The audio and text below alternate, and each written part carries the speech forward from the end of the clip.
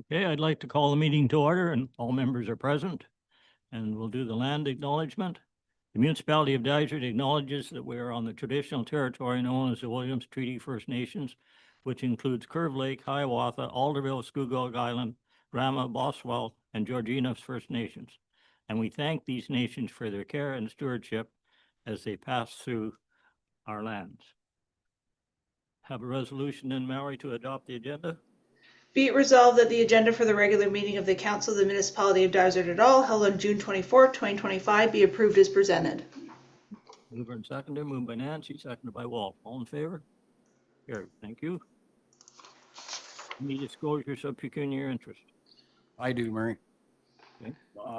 Item 9F, our company's been hired to perform work on the property.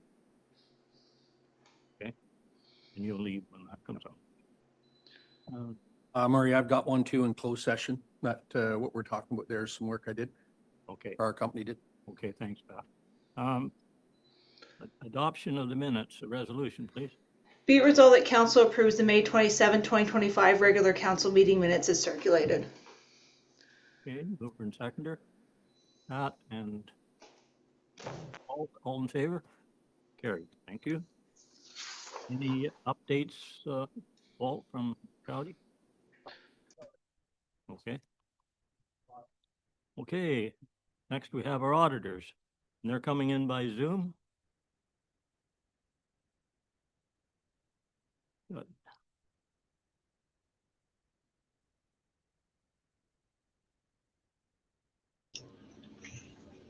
Good morning. Morning. Just waiting for, there we go.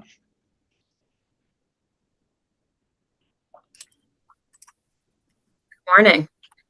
Good morning. Okay, I'll just let you guys go right ahead. Perfect. So I can kick us off, and thank you for having us here today to present our audit results. Before I pass it over to Nathan to go through our report, I do want to quickly highlight our appreciation for Barb and her team. As you know, we're a bit later than anticipated in presenting our results this year, and that's due to a fairly significant amount of work done around the asset retirement obligation this year. And we will get into that more in the details of our report, but I do just want to thank Barb and her team for their patience and collaboration in working through supporting the various assumptions that go into that estimate, which can be fairly complex. So I think we got to a place with that where we're all comfortable. And as a result of that work effort this year, it should be a much smoother process going forward.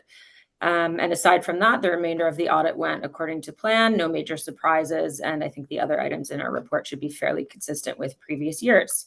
So with that, I will turn it over to Nathan to walk us through that report. Okay. Alrighty. Share my screen here. Sorry.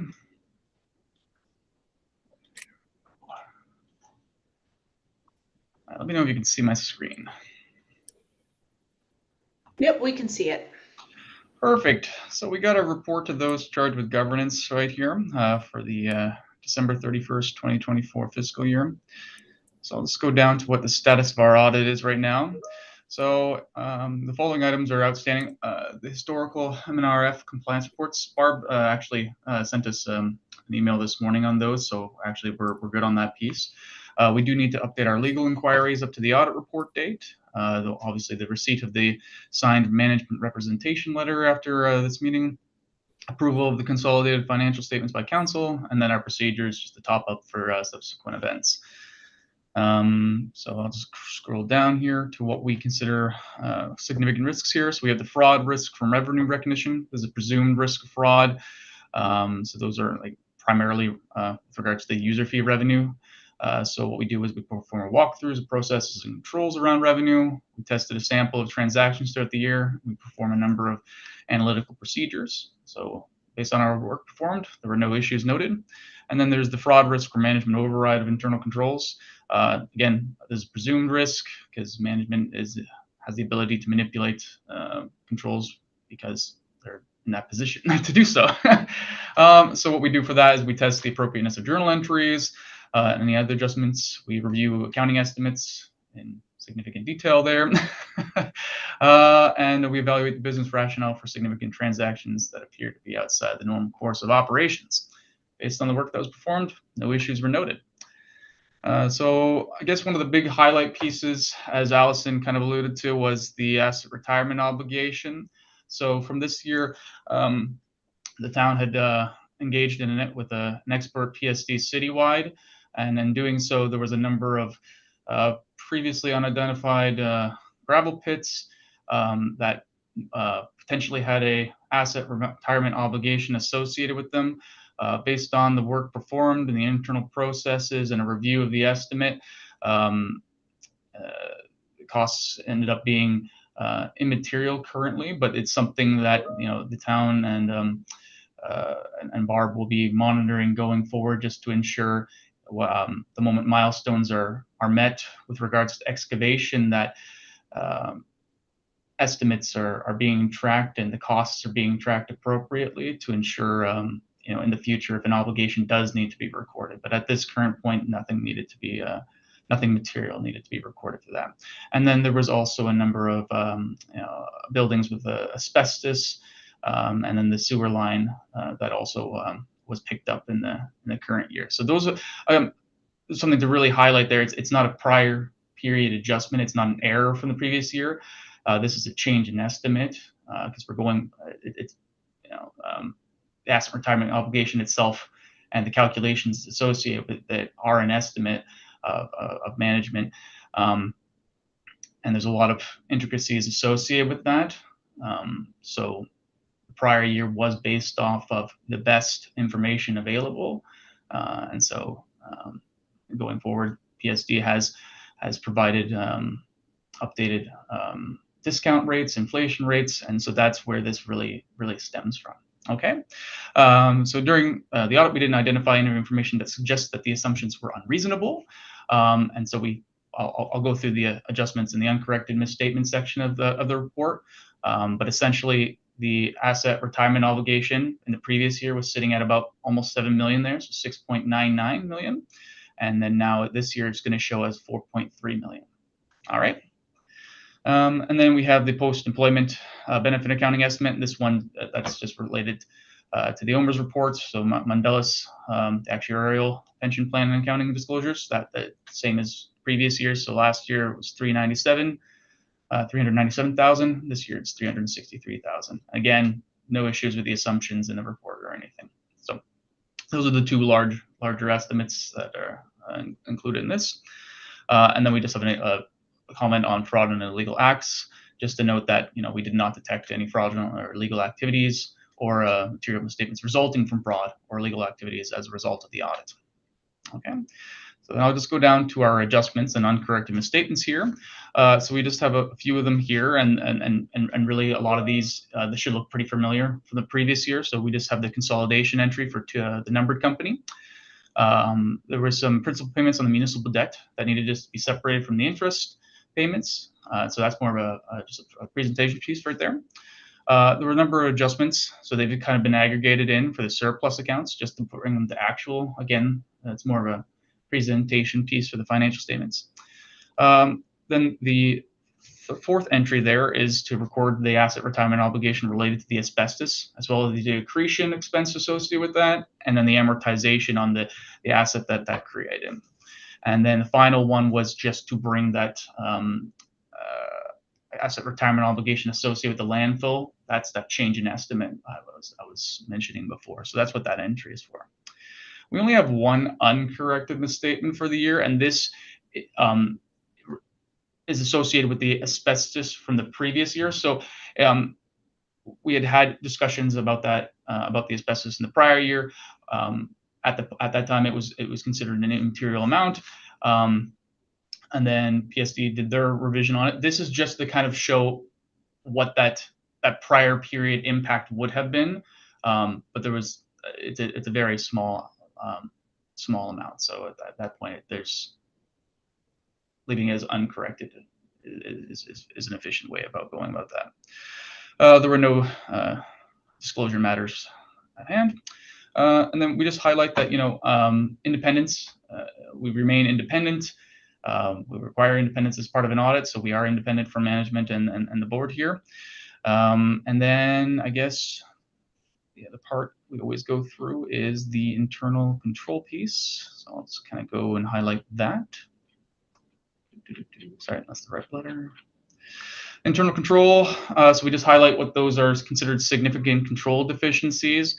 And again, this should be very similar to the previous year. So we just have the journal entry review, so that just the lack of segregation of duties. And again, this is very common. This is very normal. This is not a red flag of thoughts. And so all we just kind of say here is just it's recommended that reviewers keep the ability to post journal entries by the treasurer in mind when performing the review process. And that's really it right there. I guess I'll just quickly highlight the change in the statements here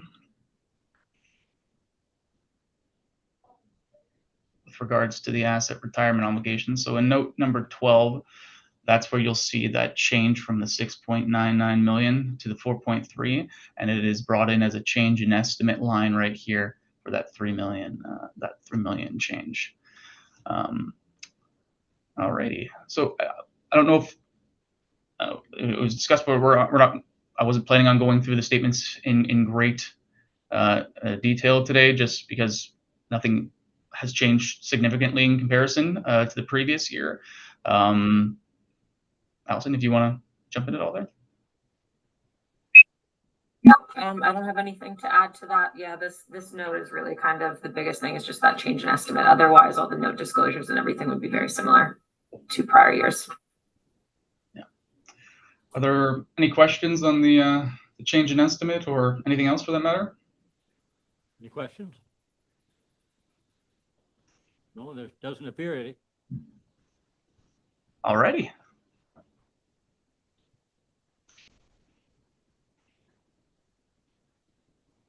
So I think that concludes everything then. If there's no questions, we'll just continue on. Well, thanks very much. That's the briefest audit report we've had for 50 years. Thank you. We don't want to bore you with all of the technical stuff. I think last year it said, "Oh, that was a very long one." So I was like, we'll tweak this." Well, thank you again. Thank All right. you. Thank you. Nathaniel and Allison, before I read this resolution, is it Dawn Grant Thornton, or is it, I want to pronounce it right? It's Doan. It's Doan. I Okay. should leave you guys with one thought. If you know a good treasurer that's looking for a job, Barb's leaving and we desperately need someone, so send them our way. Oh, Okay, we didn't know you were leaving, Barb. That's Yep. bad news for us, but probably good news for you. that's not good news at all for us. But we'll absolutely keep that in mind. I'll ask around and I'll see if we have any suggestions for you. Okay, great. Thank you. Mhm. Okay, Mallory, you ready? Yeah, be it resolved that council accepts the 2024 audited financial statements from Doan Grant Thornton LLP as presented. Mover and seconder. Nancy and Barry, all in favor? Carried. Thank you.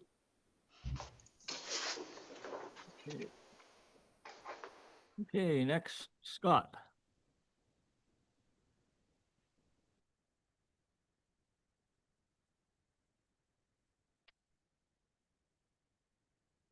Good morning, Your Worship, morning. and members of council. Just prior to Sean doing his presentation, I just wanted just to summarize the staff report I provided.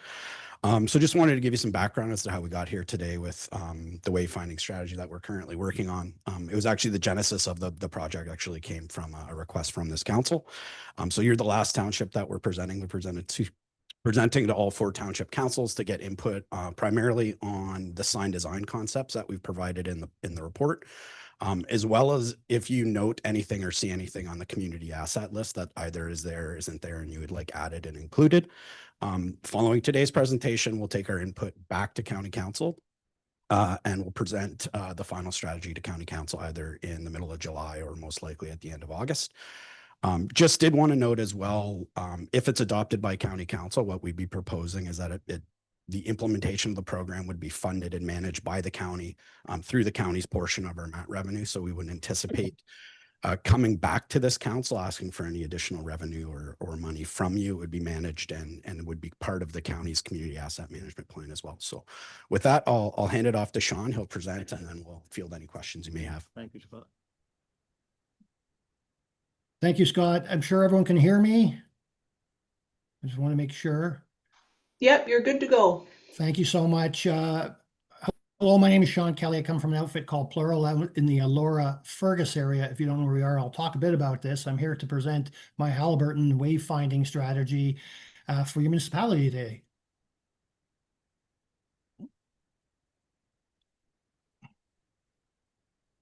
Unfortunately, it's not allowing me to proceed. Hang on here. Don't tell me you've lost your way already. Ah, there you go. This is a little more complex. It's not as brief as an audit report. So I'll go through a few things right now. It's going to be pretty detailed on quite a few slides for you. I'll do a quick introduction, the project overview, and then there's 3 phases we'd like to talk about on this. As I was saying from us, we're actually a landscape architecture design planning outfit based in the Fergus Aurora area, if you know where that is. I've been doing this interdisciplinary services for communities just like yours, specifically rural communities is what we do. And in this case, looking at certainly the wayfinding aspects and assets that you have in the county, but how it relates to Dysart. So let's talk about wayfinding first and foremost. You know, it's using information to find one's way in the built a natural environment. It's really the process of organizing information to help users find their way. Signage design is only part of wayfinding, even though everyone thinks signage is wayfinding. So a successful plan assesses and identifies any issues and sources of confusion in the subject's environment or Dysart AL environment in order to yield a high quality communication solution. So we looked at this and said, all the host communities were dealing with, how can wayfinding support you? Well, first thing, accessibility and safety. It really is the traditional expected means, being signage. We know there's alternative new technologies they're developing, but they're not always reliable. They're not always available, nor do we have actually a population base that will use those as much as you really believe. We have unreliable cell phone connectivity. We're still developing QR code development. These are things that we do take in mind. We certainly integrate into programs and that, but en route markers provide assurance to residents, your guests, and your visitors. So we're in Dysart now. It is a service center of Haliburton County. As we know, the signs will support place identity. It does foster community pride. What we're accommodating here, we know that 40% of Haliburton's growth over the next 3 decades will happen in your municipality. You have a seasonal population. Your summer population is 3 times greater than the full-time residential population. From what we can tell, seasonal residents in terms of high expectations for service delivery. Signage is one of those things.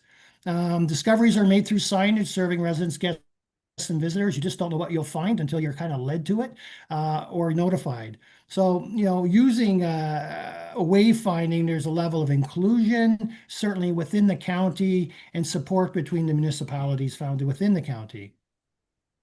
So again, to talk a bit about the project overview, really 3 phases for us. And you can see we started in fall 23. We're getting close to that July point in 2025. Significant foundations research for our document, which is background review. We did site visits, we did stakeholder engagement, destination review and mapping. We move into a sign design and location plan. And we look at sign design types and concepts that will, you know, help us get down to a preferred concept, showing different options. And hopefully there's something that suits your needs. The sign location plans are really important. It's no sense having a signage program if you don't know where your signs are going and why they're going, where they're going. And the messaging charts helps us do that. The implementation plan, the last piece is really our sign design intent drawings. How do we manage the strategy, the phasing priorities going forward, budgeting, site implementation, and ongoing maintenance. So, you know, what we're trying to do is create a strategy within the county that reinforces a sense of place, identity, and interconnectedness, and improves entry orientation and identification within Haliburton County and its host communities. So let's move into the foundations. So background review, we looked at a whole smattering of documents that are out there. You know, obviously, when we get up into your neck of the woods, MTO jurisdiction is of concern. So how does that relate to signage? Looking at the county's multi-year joint accessibility plan, integrated accessibility standards, tourism and placemaking brand guidelines were developed in 2023. We looked at those. And then, we have considerations for accessible but linear wayfinding signage. We're looking at your official plan, Ontario with Disabilities Act, and certainly accessibility for Ontario's with Disability Act as well. Visit your community. We got out to a lot of places. It's a lovely place, a lot of assets, a lot of things to see and point people to. So we create a map that's kind of really a basic map for us. We want to understand where the settlement areas are, where the gateways are actually in the municipality, which roads are provincial highways, county roads, or rural roads, and certainly if there's trail environments, we'll include those as well. Stakeholder engagement. We had interviewed representatives from the county, which included members from each municipality and township, covering a cross-section of government service levels and public interest. We also had a survey, an online survey, to determine the preferred concept and sign design. The big issues, or highlighted issues, I should call them. We have 4 showing here: Harcourt Border, the Glebe Park, boat launches, rail trails, and hiking. So we drill down into the detail for each one of these places to highlight following destinations. So destinations promoted by My Haliburton Highlands website and marketing materials showed us a few different things. These are broken up into recreational, natural heritage, civic destinations, things that might be of historical or architectural destination, and things that are and places that have cultural and institutional pieces as well. So starting up in Haliburton, recreational natural heritage destinations would include Slipper Beach, Nabardum Creek Nature Reserve. And if these aren't complete, we do ask for some feedback or some input back to us to make sure we get it right. When we get into the downtown area, there's 15 destinations that were offered to us. And as you go through that list, you can see a lot of parks, a lot of trailheads. Most of these tend to be recreation based because it's the recreation natural heritage destination piece. The civic destinations, however, are the public library, the Dysart branch, the municipality administration's offices, and typically the post office in communities. Architectural and historical destinations typically include those buildings that have some heritage value to a municipality. In this case, Victoria Street School made the mark. And then cultural and institutional destinations are things that support the community, obviously, community centers, medical centers. We actually have the Haliburton School of Art and Design from Fleming College, Royal Canadian Legion branch. So as you go through that, you get a sense of the types of things that can actually be pointed out through a wayfinding plan. Information centers will be a big piece of this. In other communities, we're looking at Eagle Lake, which is really about their parks, their trails, and their beach and boat launch. In Harcourt, it's the community center. When we get to West Guildford, we have the community center there as well, but we also have some of the recreational facilities, inclusive of the baseball diamond, the park, the lake beach, and the wildlife reserve and trails for Haliburton Forest. So that was pretty quick. There's a lot of stuff to take in mind there. Now we get to the fun part. This is what everyone really wants to see, is like, well, what kind of sign really look like? Well, we have 3 different concepts to show today. The first one being of a timber motif to us, something that's rustic, strong, architectural, something that we feel could be fitting. And as you look through these, you can see the variety of signs that could be used in a wayfinding plan, right from a gateway down to a small information kiosk. These are size scaled for accessibility, for travel speed. The shadowing you see behind the signs gives you a little cue into the scale of them. At far left, you can see a vehicle. On the far right, you can see someone on a bicycle. So it gives you a sense of the scale and what we'd be seeing there. Fonts are associated to accessibility and readability. Obviously, we can deal with nighttime viewing with reflective lettering if we need to. We don't see a need in many of the cases of any for actual lighting other than the ambient lighting that may be there. When we're on an MTO road, we tend to have to follow their rule set on this, understandably, and everything you see in front of you would certainly meet that. We'll move into a natural forest motif. It's natural, it's rustic, it's kind of friendly. It still has some timber elements to it, but you can see the aesthetic inspiration that we see. We take right from the county and the communities up there. But again, a smattering of scale that you see on the signs and how they can be representative of your needs and destinations and assets within the community. The third one is my Haliburton Forest. The aesthetic inspiration is looking at the forest, the patterns and the textures that are there. And again, moving from the kiosk to the right side all the way to the left, you can see how we can get into the gateways. We can identify parking, all the assets. We can brand them to the local community as well. So those are 3 concepts. When we put these out for survey, 56 respondents, it was open for 91 days into March. The final results showed that the timber concept was favored. That is the first concept, having almost 60% of the votes on that. And you can see where concept 2 and concept 3 lays. So when we start looking at, well, how does this really affect your municipality? Well, it comes down to sign counts. Total signs for Dysart et al. Is 48. And you go, wow, that's a lot of signs. But let's quickly go through these. In the Haliburton area, you're going to look at things like directional vehicular highway signs. Now, there's the regular version and there's certainly the MTO version. And then we look at directional vehicular urban. When you get into town a little more, things that are local, you can see. So 15 directional vehicle urban signs. So not highway, we're in town, we're in built up settlement areas. 1 kiosk, 1 identifier sign. That's a total of 26 in Haliburton alone. Eagle Lake, we're seeing 5 signs, a directional vehicle local, vehicular local, and 1 in the urban area, or sorry, 3 in the urban area for a total of 5. Harcourt will get 2 DVL signs.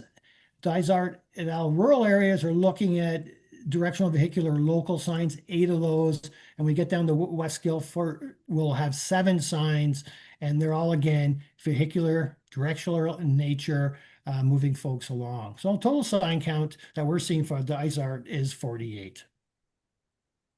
So we have some recommendations. As we go through this, we always present some recommendations.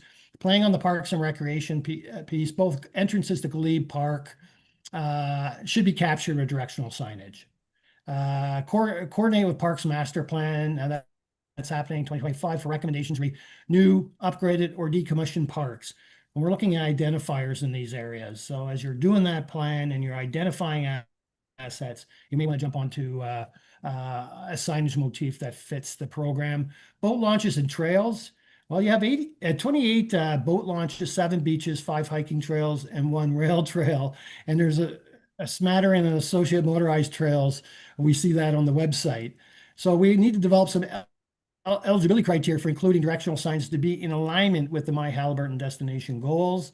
And obviously, when you're dealing with launches and trails, it would be awesome to be able to kind of coordinate the information with the other townships and municipalities on the website. Geocaching in Dysart et al. is a big thing. Harcourt is the only geocaching area in Dysart, but additional symbol or signage identifying arrival in the area will assist visitors with that activity. The municipality might also consider support of popular tourism destinations located on the MTO routes with the Todd signs, Glebe Park and Abbey Gardens. This is MTO adjacency, so on their roads, they have their own program with their Todd signs. So implementation, we always like to go through how this really does work. You're going to have a management team that oversees anything that's kind of wayfinding signage activity. Obviously, you review the strategy. You have the priorities that you have. You create a yearly plan. That will move over to the right into reviewing budgets, the sign locations and messaging charts.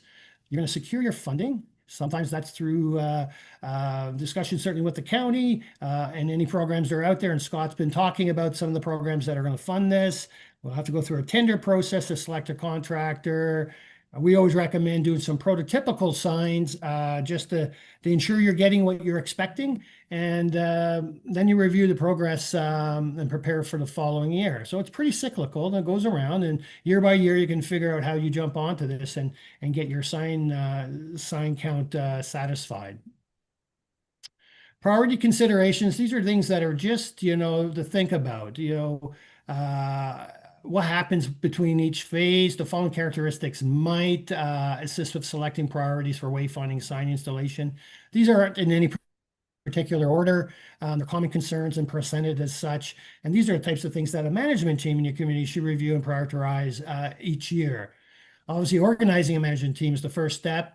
Complete wayfinding gaps. Look for those things that aren't happening right now, seem to be problem areas. Those can probably allude to what might be a priority for your municipality, and that helps us identify and sign the problem areas. Part of a good wayfinding plan is actually removing signs in disrepair that you don't need, or repairing them and replacing them if the disrepair is something that is preventative for that sign, but you still want that destination identified. Always identify economic impact and track that. In our work, we're finding there's positive returns, certainly on a robust wayfinding program. Again, I've mentioned trying a sign prototype just to make sure you're getting what you're expecting. You want to coordinate with your members. You want to have new identification signage and create that sense of arrival. There's a lot of civic pride associated with that. And never forget the new projects. New projects need new signs too. So again, it's for that management team to understand that if we're going to build new things in your community, and it looks like you have a good future ahead of you, you'll want to make sure you have signs for those as well. And obviously we manage this through associated budgets. That's a lot of stuff. A lot of things to consider. Myself and I believe Scott are open for questions if there may be any. Thank you. Who was on from Dysart on that committee?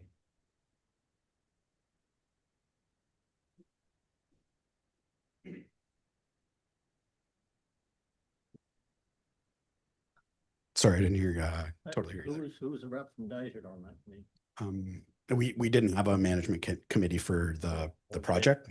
When they're talking about the management committee for on the implementation side, we would work at the county level. We would just work either through your CAO or through your council and probably coordinate with your public works people and parks and rec staff.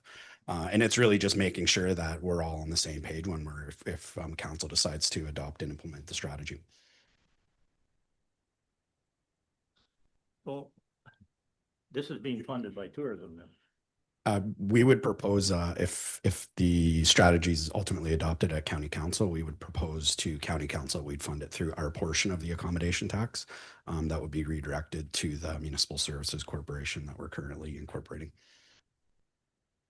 Yeah, I'm just concerned about the ongoing costs of this. And if the MAT tax actually can fund it, I don't know if there's going to be 500,000 in that. I think, and we've sorry, through your worship, we've noted in the staff report, like this is particularly in rural centers where funding a wayfinding program it can be costly. We would be looking at we're 2 to kind of 5 to 6 years, and we'd really phase it and implement it. And again, we would work through the process, and just because the final strategy might suggest, here's the Rolls-Royce version of the number of signs you could have. We don't have to do that. We can also pare it back based on budget constraints. And then how we propose ongoing maintenance was we would just include the signs into the county's asset management plan. And basically we would be, we'd create some form of reserve through the Municipal Services Corporation and the accommodation tax to make sure money's there when, signs gets damaged, spray painted, nicked by a plow, things like that. Well, I really worry about sign pollution. Like we've got signs everywhere now, and we're trying to take some down. And now we're, if you got highway signs, and then he's mentioned again, you're going to have signs, MTO signs or signs that indicate highways. Like, are we going to be? I just worry that you just get like you're in the state somewhere. Everywhere you go, there's a sign. I'm not sure that does the job, but we can take that into consideration. I don't know, Sean, if you want to jump in on that one, but when we present the strategy to council, we can take that into consideration and make sure that we're noting that. Sean, I don't know if you have anything to add to that, just about concerns around over signage, I guess would be the term. yeah. I do, Scott, through your worship. Yes, in our experience, that is a common concern and a very, very realistic issue for many places that haven't managed signage proliferation, I guess, if we can call it that. There's just too much messaging going on. Part of a good strategy is the removal of signs that aren't needed if you can do it. If you own them, and that's fine. Hopefully this is updating signs. As Scott suggested, the rollout can actually be paced. You can select the places or the needs, let's call it the needs that need to have signage. That's where they're going to go. And it's a testing. It's a testing of sorts and making sure that you get those prototypical signs in and you start the program. All signs don't have to happen all at once. Signs that are existing right now will also have a life cycle themselves. Signs will come down in time. They'll need to be addressed for decline and disrepair. And those are opportunities to replace with the signage that you may want and that's supportive to yours and the county's needs. Well, I'm not sure of the value of it, but anyway, that's me. Have you done any work over in Muskoka Way?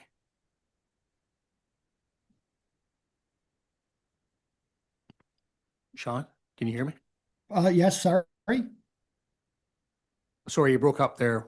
Yeah, I just asked if you did any work out Muskoka Way at all, because they've done this. And when you go into every small community in Muskoka, the signs all match and you know where the Reen is when you come into town and everything else. And I do echo Murray's concern about having too many signs, but I don't know how they handle it over there, but it seemed to be very fluid. Like if you go through Huntsville now, you can clearly see what, you know, again, where the arena is and where this is, where that is and everything else. And it looks pretty sharp. On that note, cost is evidently a concern, but if there's a budget there for it, you know, I would definitely condone it for sure. Again, as long as we're not getting just a blur of signs, I suppose, on that note. But again, if we're kind of following the footsteps of the layout in Muskoka Lakes, I think it's a good idea.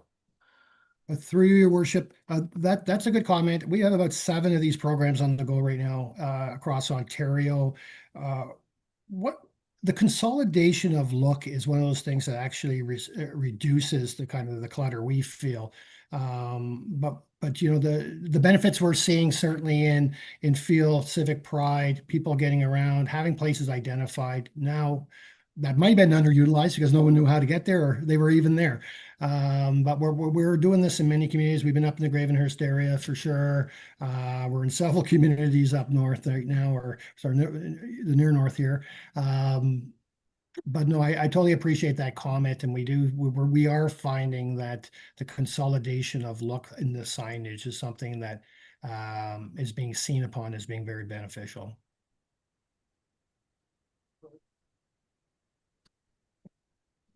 Yes, if I heard you right, Scott, you were saying that we would, like, when this is before this is finalized, we're gonna be able to maybe probably cut back on the number of signs in certain areas, or but we're gonna be like say 20, they said 26 signs in the one area. We're gonna have a say in that, right? Dysart is like before this is finalized, and so. Through your worship, yeah, how I envision the implementation side of it going, if it's adopted by county council, is each year as we're going to move forward, kind of the phased implementation, we would sit down with each council and kind of go over the project and lay out what that looks like. Obviously, that would involve consultation prior to even coming to your council with your staff, who are, you know, intimately aware of the community, and that's how we would approach it, to try and again ensure that everybody's on the same page and you're aware of the project priorities. And then if I just made to Councillor Casey, Sean's firm actually completed the wayfinding strategy for the town of Huntsville, so that laid the foundation of what that became. So Thank you. I was going to say we did a similar, smaller version sign implementation probably 10, 12 years ago for our boat launches and water access points, and created signage through grant funding through HCDC, and it was all very uniform and it was very helpful to the community. We took down a lot of signs in the process and integrated all the little signs that were at the boat launches into the information on the big signs.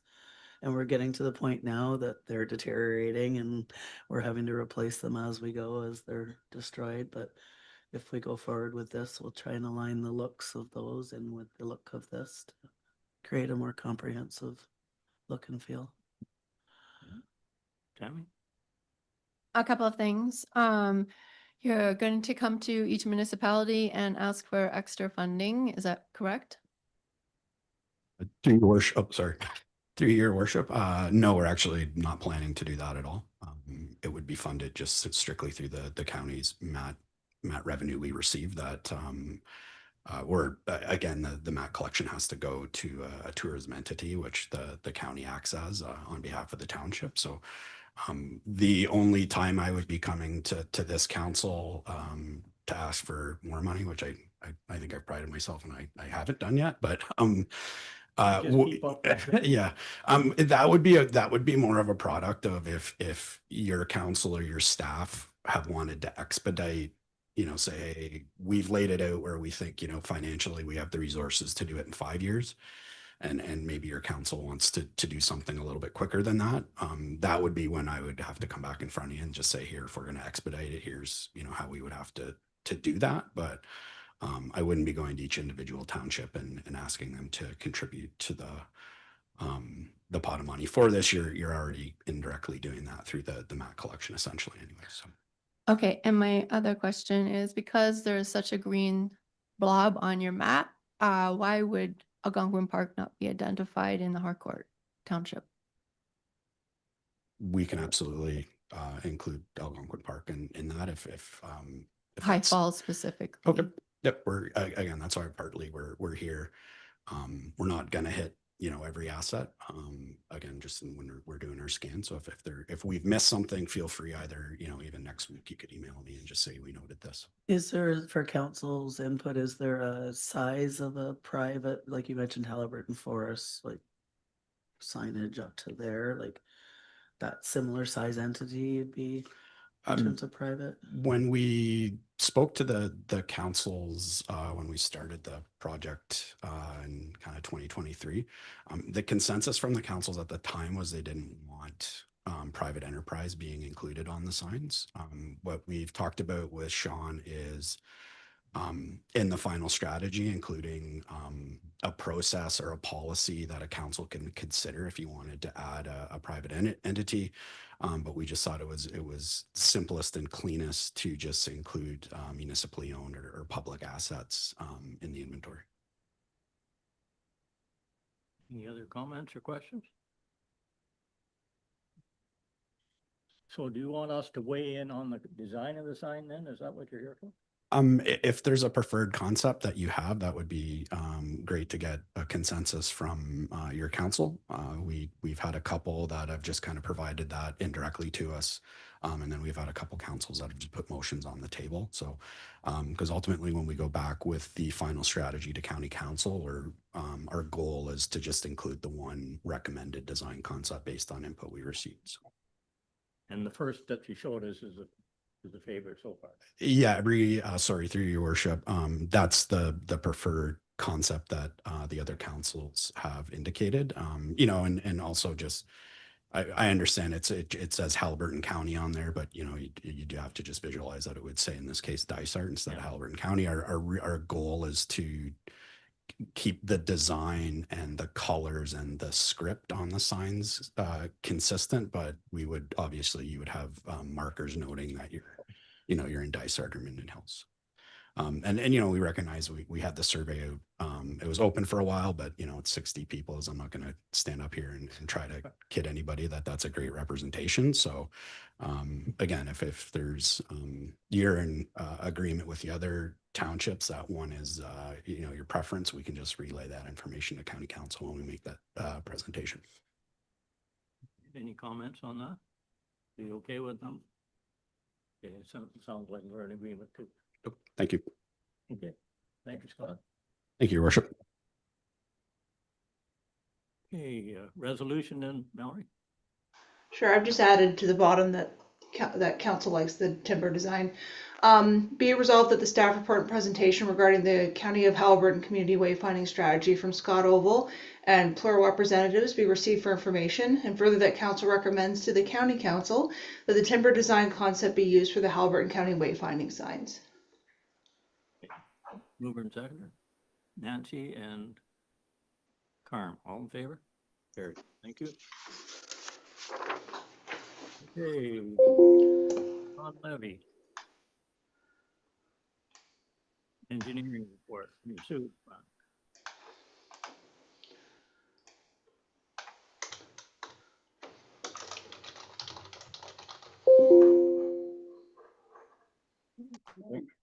Thank you for having me today.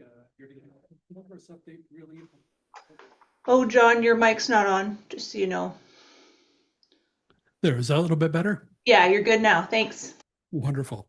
Good morning, Mayor and Council. Thanks for having me to provide an update on the work we've been working towards the expansion of the sewage treatment plant. And just for a reminder for Council, the reason we're looking at expansion of the plant is that based on the capacity that's in use currently and the capacity that's been allocated for existing infill and proposed developments, it is hitting the level at which the Ministry of the Environment will compel expansion before they permit any additional sewers to be added to the system. So we can go forward to the next slide. So again, this is really looking at the expansion process. We provided a schedule earlier on. Next slide, please. This is an overview of the existing plant showing the original plant from the 1970s at the right-hand side and the existing current treatment plant, which was built with expansion in mind, on the left side of the screen. Next slide, please. So I'm here really to give you an update and review the scope and budget that was originally proposed, look at the schedule and the milestones we identified, where we are in the expansion planning process, and identify the next steps going forward. There are 4 phases to expansion overall. You have to do your design and your approvals. You have to amend your existing environmental compliance approval, which is a document that allows the plant to operate in the province of Ontario. And then you have to tender the design out for construction and ultimately construct and commission the plant. We are right now in the design and planning for approval stage. Under the phase 1 scope, which is really leading up to getting the Ministry of the Environment to agree to the proposed process design and the effluent limits, there are 4 tasks that are identified in it. They're really looking at the Class EA or Class Environmental Assessment consultation, which is the overall planning structure around expanding these works, followed by the design of the process that goes along with it, and then through the pre-consultation with the ministry to confirm the effluent criteria, and then developing the scope for phase 2, which is really your detailed engineering design for your civil works, your concrete, your earthworks, your mechanical structures, and your electrical.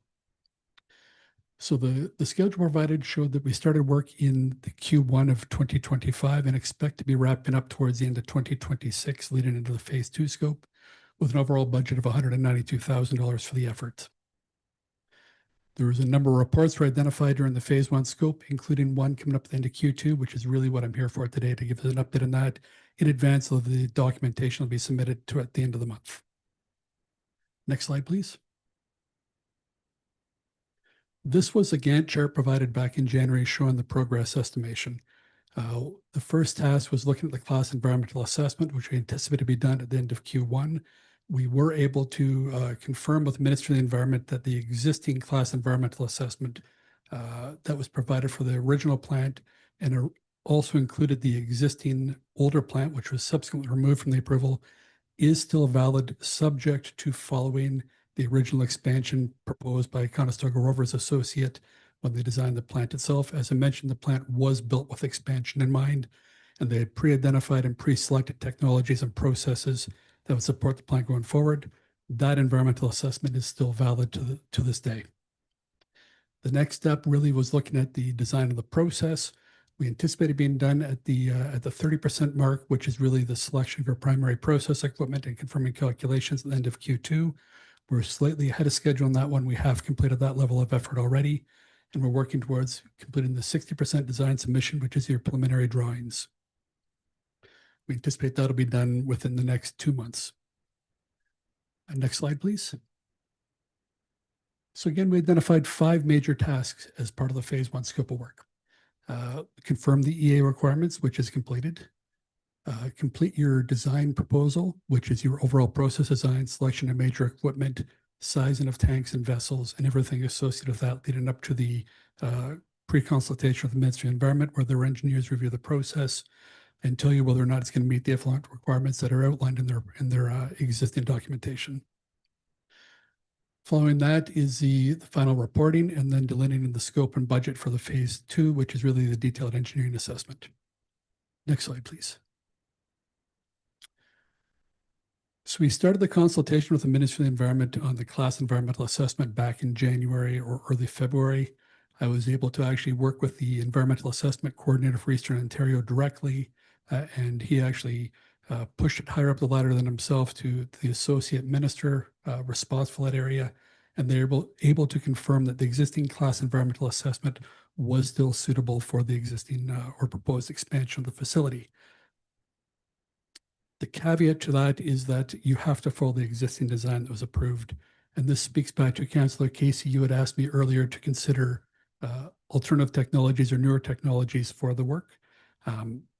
If we're to go down that road, we would have to reopen the Class EA process, which would add about 16 months to 24 months to the schedule and additional cost for that moving forward. However, following the existing design requirements is not going to impact that and will actually meet the objectives. And I'll take a bit of a sidebar here quickly. The technology that you would recommend was looking at membrane bioreactors. That's an area where I actually started my career back about 30 years ago. It is a good technology. It would work very well in this situation. The caveat is that when you look at the membrane bioreactor process, it doesn't change the front end of the plant at all. It really replaces the clarification and filters on the back of it. Where it really finds a niche in existing municipal plants is in retrofitting the filtration basin so you can get additional capacity out of it. So what my recommendation would be as that technology going forward is once you've hit the capacity of the existing pre-approved expansion and want to move forward with additional capacity, that's when you go back and revisit that and look at it. But the technology itself is very good. Ironically, the effluent criteria or effluent quality usually associated with a membrane bioreactor plant is about the same as you're achieving with the existing plant.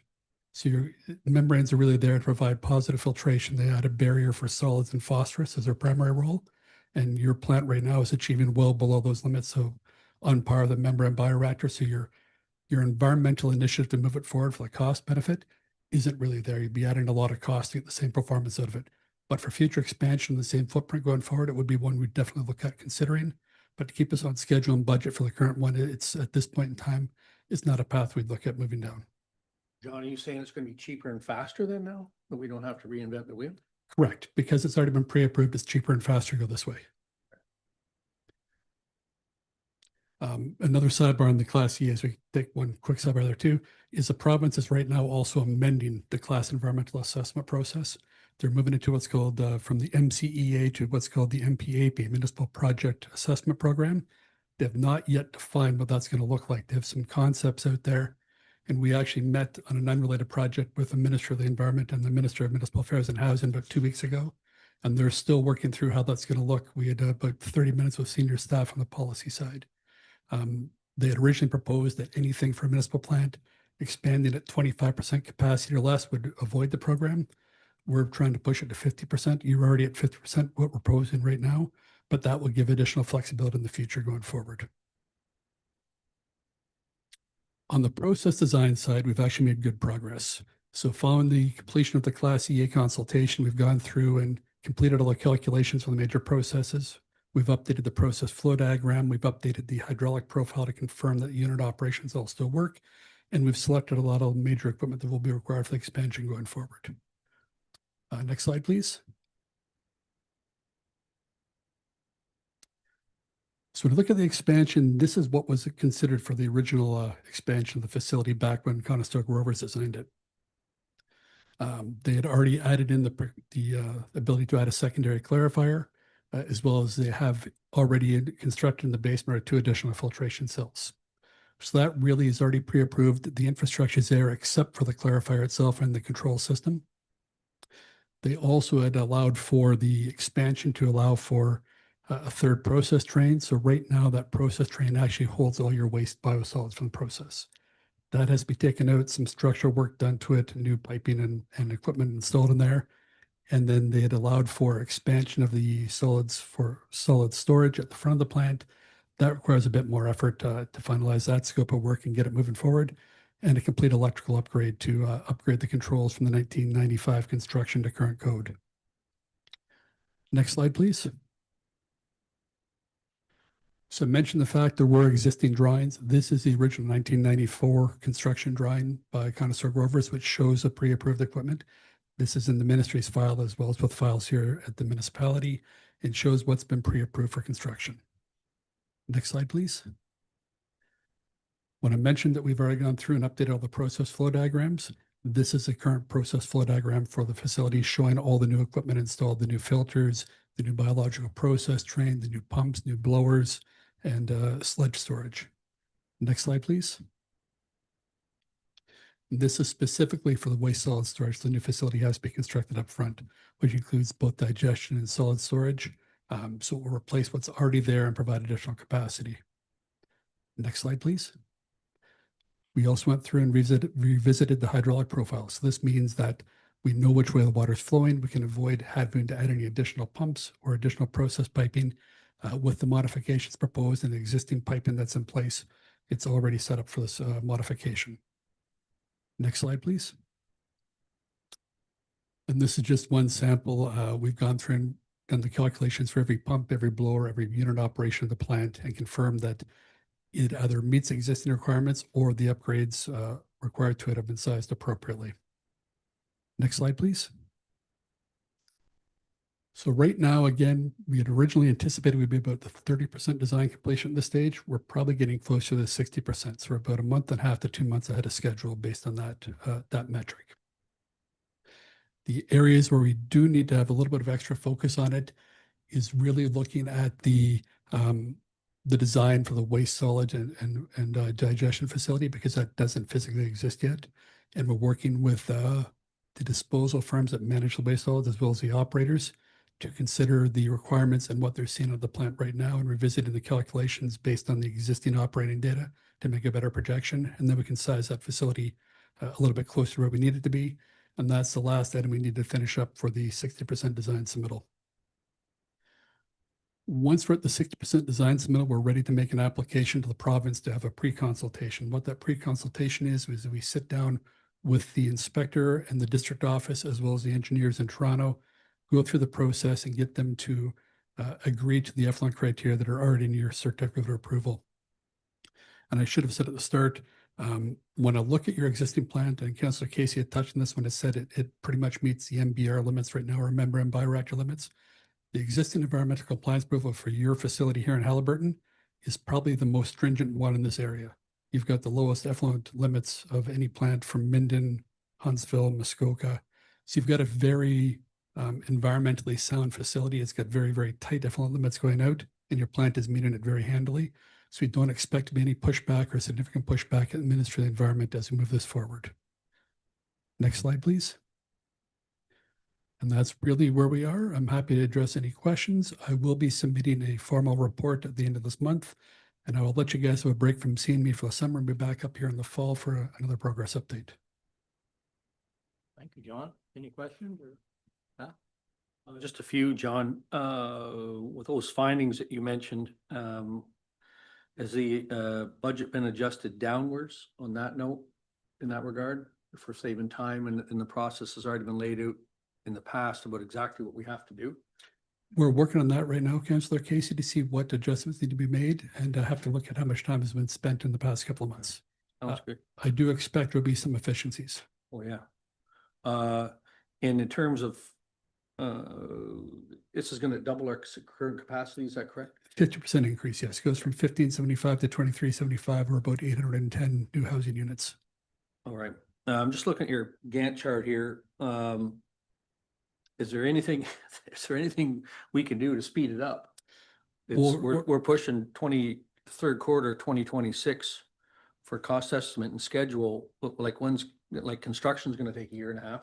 Correct. So the holdup there will be the technical part of our side will be done ahead of time. You're then working on provincial schedules. So right now, the Ministry of Environment has a backlog of applications and consultation requests. They're working and struggling to get through them. I've had a number of discussions with senior engineers in Toronto. We're trying to push to get this request for pre-consultation and ahead of schedule for that reason. If you look at the ministry's guidelines, it'll tell you from the time you make an application for a pre-consultation request, it takes 4 weeks. We're seeing between 3 and 5 months right now, based on their staff requirements. If you look at their guidelines for when you actually submit your final technical documents for an ECA amendment, they'll tell you it's a 1-year service standard from receipt of a complete package to issuance. We're seeing about 16 to 18 months. So they're short-staffed at the ministry, which is part of the reason we met with Minister McCarthy and Minister Flack a couple of weeks ago, is to look for ways to help them expedite their process and push these approvals through faster, because their objective is to get more homes built, and this is one of the roadblocks that's been identified a number Well, of it's times. been there for 5 years so far. on Yeah. that note. And honestly, I can't really say that they're really doing much to solve the problem, because if communities like ours are limited to expansion and development, but we definitely have our act together here in terms of putting forward a Yep. proposal. You're And not, all they not gotta do alone. is more or less rubber stamp it, in my own opinion. We've Yep. got engineers. Yep, you need to go through the final calculations and get your structural, civil, and mechanical done, but you need the pre-consultation agreed to by them at that point before you can do that scope. You don't want to get to the point where you're doing design for concrete tanks and footings and everything else, then find out they're not going to approve what you're proposing. Mhm. So we're just following the roadmap they've put in place, but there are definitely some potholes in it. So moving forward, John, not to take too much longer. So from today, again, say everything goes well with the ministry, will this be condensed down? Like I'm seeing 3 years from now. Yeah, we expect to be condensed down to hopefully significantly. We hope to have the pre-application consultation request in by the end of the month or end of the summer, not in Q1. We got through some of the process a bit faster than we expected based on the documentation and the reviews with the ministry. So we expect to see that expedited, and that'll then kick off phase 2 a lot faster. Phase 2 scope we'll have to figure out when we get to that point and everything's been accepted at the conceptual stage by the province. So you could cut it in half if everything went well. We could cut it by several months, yes, Year and a half. hopefully. I can't confirm that because again, we're on the Yeah, provincial all good. timelines. All right. Sorry, John, now that's a year and a half, sort of 3 years Yep. to completion or We're hopefully to completion by that point in time. to completion? Yeah. Okay. But again, I can't control the provincial timelines, unfortunately. Yep. John, could you just explain to me again about the new technology and why it's, what we're gonna end up doing is just gonna be just as good, like to continue, because there's a lot of people on the lake, of course, that are, you know, have the concerns and that, and I'd just like you to say that again, exactly, Certainly. please. So the technology, there's newer technologies out there. And again, a lot of the newer technologies focus specifically on the back end treatment. They're not changing the front end biological treatment. Your facility right now, as I put everyone to sleep talking about it, is what's called a biological nutrient reduction plant, or a BNR facility. It actually uses bacteria and a number of different process stages to effectively remove phosphorus, nitrogen, and carbon, which are the main constituents of effluent contamination on the environment. One of the main concerns that come up a lot of the time is around extra influence. So you have landfill leachates. You don't have any landfill leachate going to your treatment plant right now. You don't have a lot of large industrial treatment systems feeding into your process. You don't have any pharmaceutical manufacturing, you don't have any plastics manufacturing. These ones tend to put out a lot of contamination that's not there in domestic sanitary sewage. So there's not a lot of benefit at times to really adding in newer technology or advanced technology. Problem's not there. You will see some residual pharmaceuticals and some household chemicals going down the drain. However, the concentrations at that point are fairly dilute. And your plant has on the back end of the process clarification, sand filtration, chemical coagulation to remove particulates, as well as ultraviolet disinfection. Ultraviolet disinfection is a very strong oxidizing agent. It will actually break down some of the more large chain organics. So a lot of the pharmaceuticals can be addressed through the oxidation process or UV. Not 100% effective, and you can add some minor modifications to improve that process overall. But if I look at the benefits you receive, what you would be categorized at when you make an application, the ministry says based on your lake water quality studies and everything else that supports your process going forward, you have to meet, 0.4 milligrams per liter of total phosphorus, 1.5 milligrams per liter of ammonia, and 10 milligrams per liter of carbonaceous material, which is your carbon source. Your plant is far exceeding that capacity already. You're down below what an MBR plant will put out right now based on the way the plant is operating. So there's not a lot of benefit to spending another $4, $5, $6 million to upgrade the technology for an incremental change.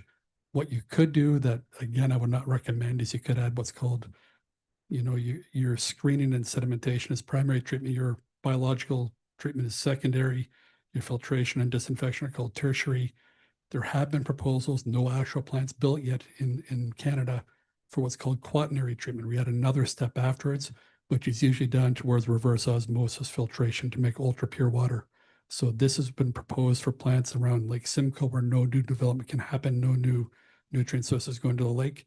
They made a project proposal about 7 years ago where they're going to take half the water, send it down to treatment in York Region until they can tear. The other half would be treated in a plant, then go to another plant where it'd then be processed reverse osmosis and repurposed for drinking water, so then go back into the plant.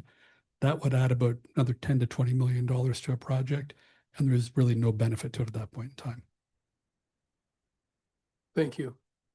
Aren't you glad you asked that question? I can put the whole room to sleep and Clear- talk for clear- hours. That was at Lake Simcoe study that they did. Lake- 8 or 10 yeah. years ago to clean up Lake Simcoe. It was proposed for an expansion of the plant in outside of the Holland Marsh area. They're trying to get some more expansion for population growth there, and it was limited by the Lake Simcoe Protection Plan. So they went through, I think I sat through 4 or 5 papers at 4 or 5 conferences at different steps, and eventually get to the point where we looked at the cost and went, it's not even worth it. And now they're reviewing it because, it's not at that time. Any other questions for John? Okay, John, thank you very much. Thank you for having me. Resolution, Mallory? Be it resolved that council acknowledges receipt of the wastewater treatment plant expansion progress update from John Levy, VP of Engineering for Clearford Waterworks Incorporated. Mover and seconded. Pat and Carm, all in favor? Carried. Thank you. Chris, you.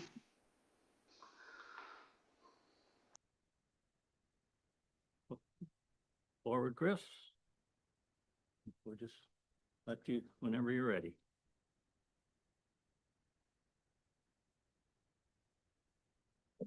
Hi, good morning. Thank you for having me. My name is Chris Hewson. I'm the co-chair of the 2025 Planning Committee for Pride in the Highlands.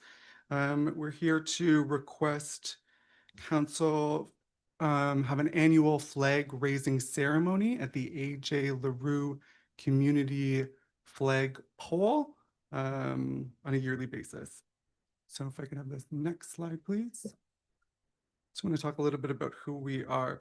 Pride in the Highlands, formerly Minder Pride, is a volunteer-run, nonprofit Haliburton County organization operating as part of the Haliburton County Community Cooperative. Our mission is to foster a safe, inclusive, and respectful community for 2S LGBTQIA+ members and our allies, while celebrating and promoting the vibrant diversity throughout the Haliburton Highlands. Pride in the Highlands produces an annual week-long Pride Festival in August, celebrating the culture, heritage, and diversity of the 2S LGBTQIA+ community. This festival is recognized as one of the largest cultural festivals in Haliburton County. Next slide, please. I just want to talk a little bit about why this matters, the ceremony itself. Dartmouth is home to a vibrant and growing 2S LGBTQIA+ population. Our families, friends, and allies are part of this community. Flags themselves are a visible display of support that signals that Dysart is a safe, inclusive place where everyone is welcome. The ceremony offers an opportunity to raise awareness, foster deeper connections, and signal the municipality's support for your 2S LGBTQIA+ community members. And it also offers council the opportunity to modern civic leadership by proudly committing to the values of diversity, inclusion, and respect. Next slide, please. Our request. Pride in the Highlands respectfully requests that council establish an annual ceremony at the AJ LaRue Community Flagpole to coincide with our annual Pride Festival on a mutually agreeable date. The details for this year, the 2025 flag raising, which will be taking place on the 18th of August at 4 p.m.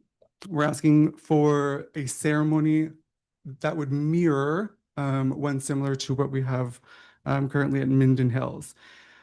We anticipate 80 to 200 attendees on that day and at that time. We are requesting some municipal equipment, a podium, microphone and speaker system, and chairs set for between 20 and 40 attendees. We're also looking for council involvement. We would invite council members to either make speeches or to attend. Next slide, please. I just want to talk about our current annual ceremony, which takes place in Minden Hills. Since 2016, Pride in the Highlands has held our annual flag raising ceremony at the Minden Hills Municipal Building, the seat of Haliburton County. Key features of their ceremony: it's attended by county and municipal officials, community leaders, and residents. It includes remarks from the mayor, member of parliament, and community leaders. It serves for us as the official kickoff to our Pride Festival, and the event is widely embraced by the community and recognized as a significant demonstration of their commitment to diversity. Next slide, please. Why this benefits our community. So first of all, civic pride. A ceremony like this and a raising of the flag in the community fosters a greater sense of pride and belonging for all residents, particularly those in the 2S LGBTQIA+ community. It references and allows for community cohesion. It unites residents in a celebration of shared values and mutual respect. Youth support sends a powerful message of affirmation to the 2S LGBTQIA+ youth, letting them know that they are seen, supported, and safe in their hometown. Enhanced reputation. It positions Dysart as a welcoming and progressive municipality. And it also offers an educational opportunity. It raises public awareness and promotes dialogue around diversity and inclusion. Next slide, please. Thanks. Our hope is to have council support for an inclusive Dysart, and we're asking you to establish an annual ceremony for the flag raising. Any questions?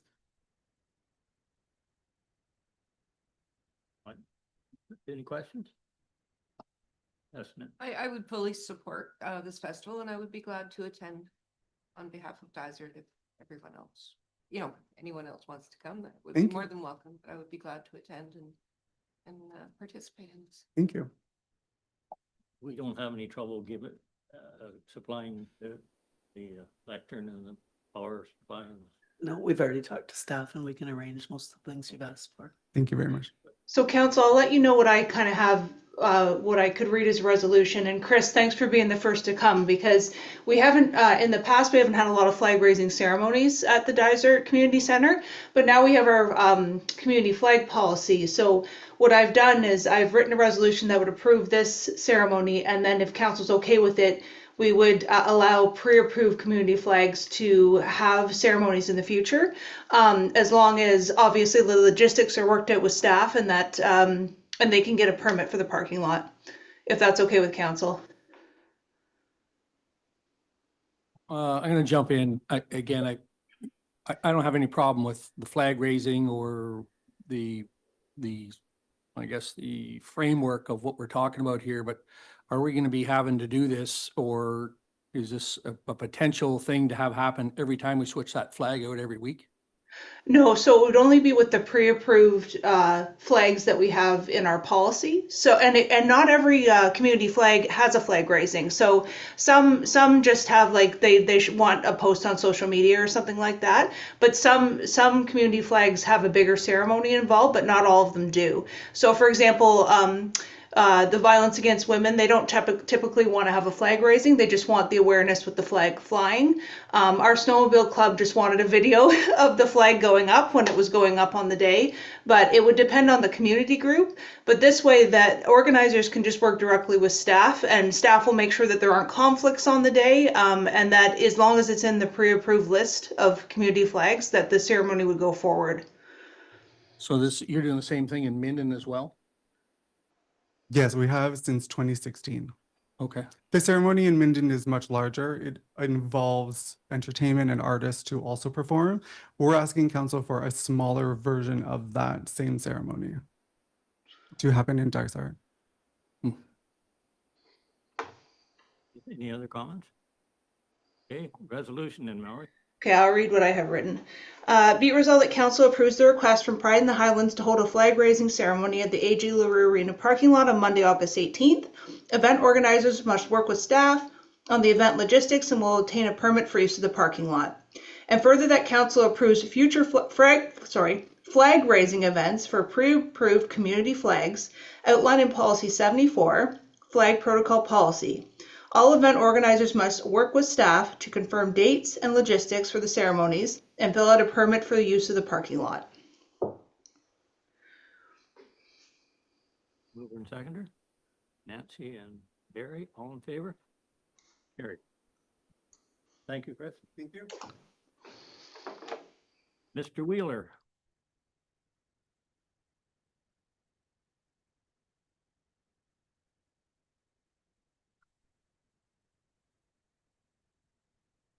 So my name's Charles Wheeler. I'm chair of the Haliburton Rotary Club Skyline Park Project Committee.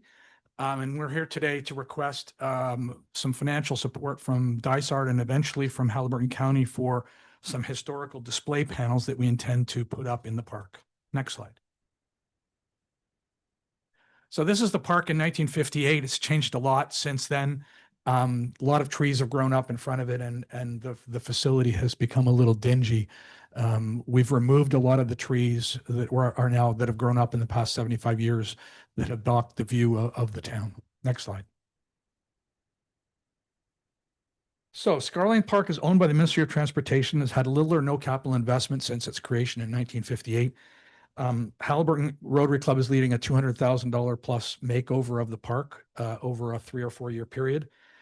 The scope of that includes new covered picnic shelters and picnic tables, a year-round accessible washroom building to replace the porta potties that are there, an expanded viewing platform, the removal of the trees that are blocking the view, a new upper viewing platform, some landscaping, and some historical display panels, which is really what I'm here for today. On May 22nd, Ursula DeVolen of the club appeared before the Dysart Cultural Resources Committee to ask them for their help in developing the narrative content of the display panels and the map that is going to be put up. They agreed to help us with the narrative content of those display panels along with county staff. So today I'm asking Dysart Council is being requested to assist in the cost of the manufacture of the display panels that would be the result of that narrative development process with your Cultural Resources Committee. Next slide. So this is the Skyline Park concept, and I don't want to spend a lot of detail on it. New parking spaces for buses. 2 new picnic shelters are the 2 smaller red buildings. The larger red building is the new accessible washroom building. An expanded lower viewing platform. So the existing stone platform will be expanded to the left and the right. And then there's a circular area where that bus is, that is a sort of a semicircular area that would be a new upper viewing platform. And that upper viewing platform is really for ambulatory disabled people to view the view of the town without having to go down and descend the slope to the lower viewing platform. Next slide. So this is a blow up of that semicircular area. It would have benches and perhaps a picnic table, but the front edge of that semicircular area would be where the historical panels would be located to sort of frame in the front of the viewing platform. So it would be built up with stone, leveled off with a concrete pad, and then the display panels would sort of frame the front edge of that semicircular area. Next slide, please. So the content of the display panels, we're looking at 5 different panels. One would be the history of the village of Haliburton.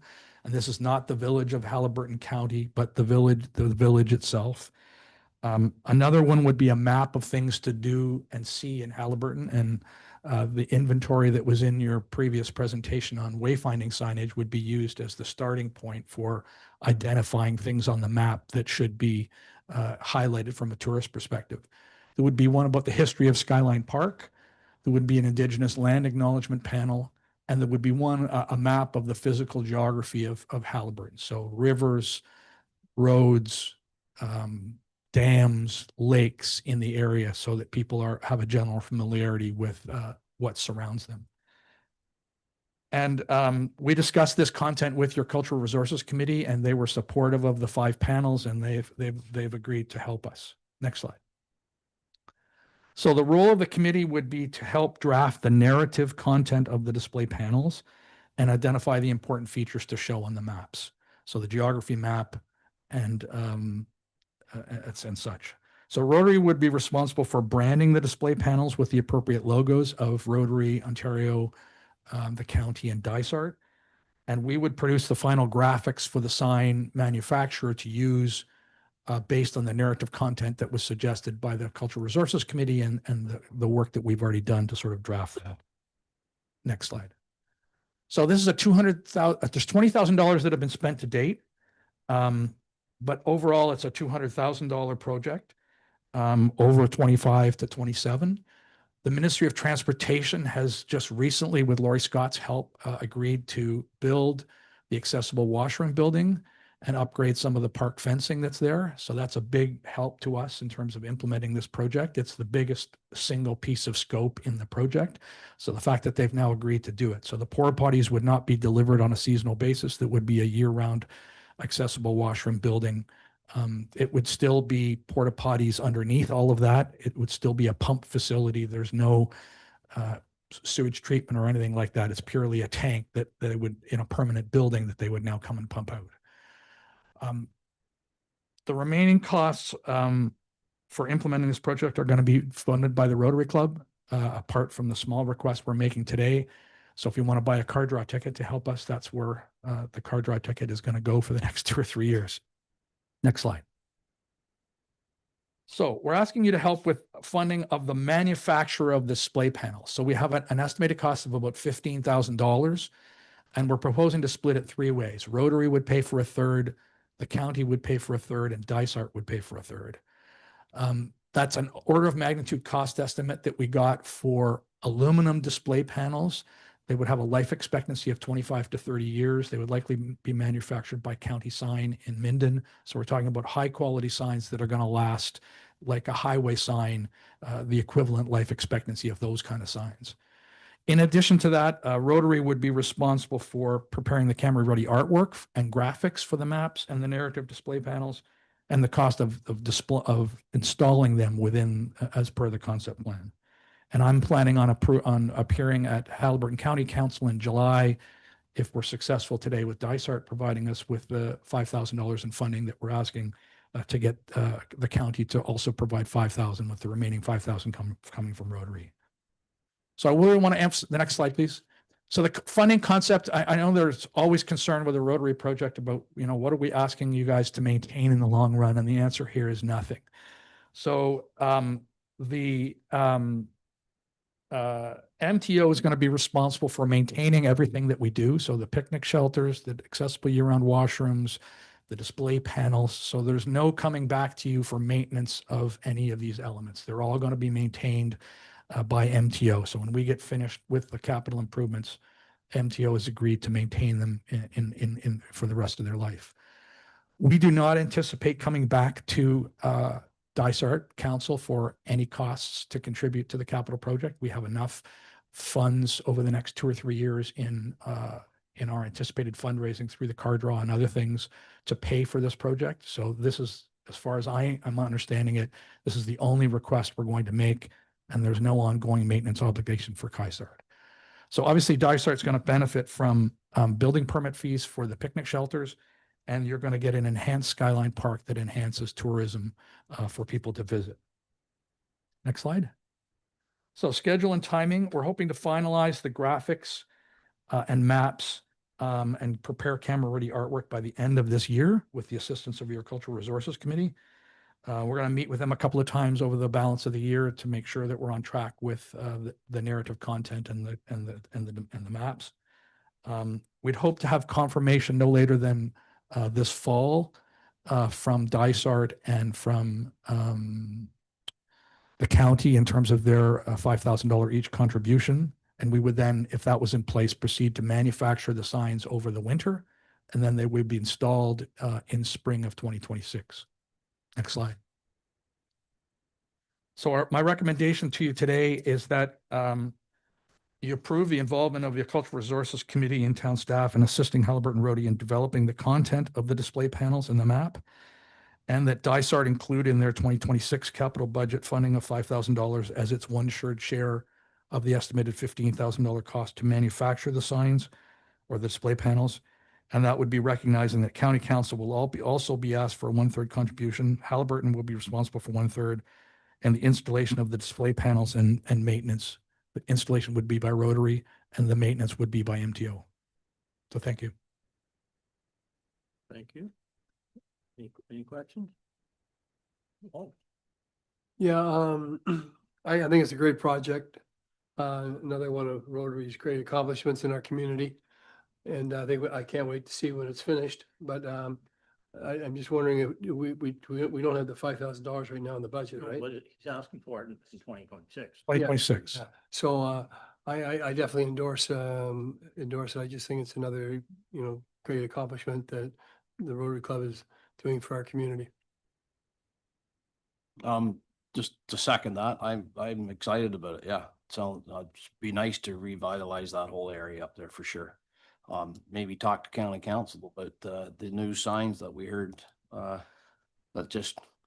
we just heard the presentation there. So maybe piggyback on that somehow. There's also going to be a new sign that says welcome to Skyline Park. So perhaps when your sign standards come out, we could use that as the basis for the style of, and the narrative content and or the typology of the letters, et cetera. We could basically mimic what you guys are doing.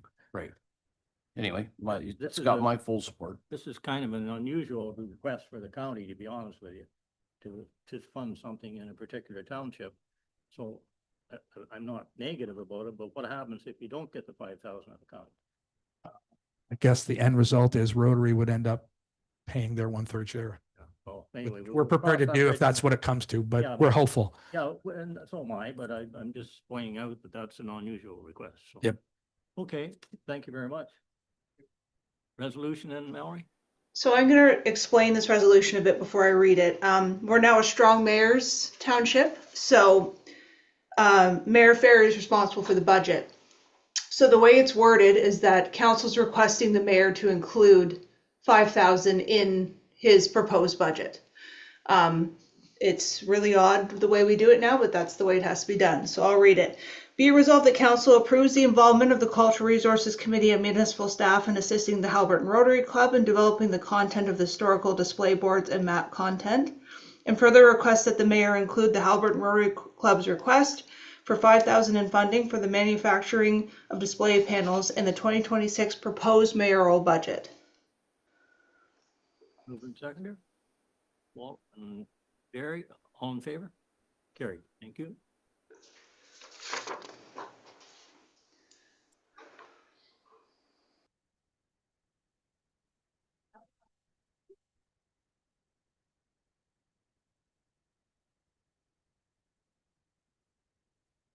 Okay.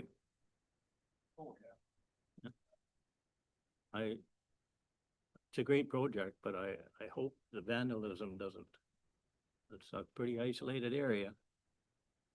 It could happen. Okay, yes. Yeah. Okay, fire department. So I believe Dan's at a fire call. You guys have the fire department report there. I don't know if you have any questions or comments on it.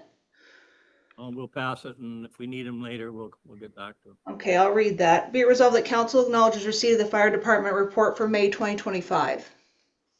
Mover and seconder, Barry and Carm, all in favor? Carried.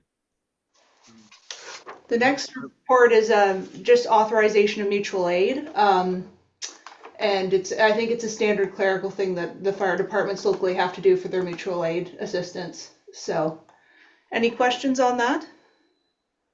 No, resolution. Okay. Be it resolved that bylaw 2025-54, being a bylaw to authorize the participation of Dysart et al. Fire Department and the mutual aid plan between the Corporation of the Municipality of Dysart et al., the Corporation of the Township of Algonquin Highlands, the Corporation of the Municipality of Highlands East, and the Corporation of the Township of Minden Hills be read a first, second, and third time, passed, signed, and the corporate seal attached thereto. Okay, open seconder. Carmen, Pat, all in favor? Carried. Thank you. Okay.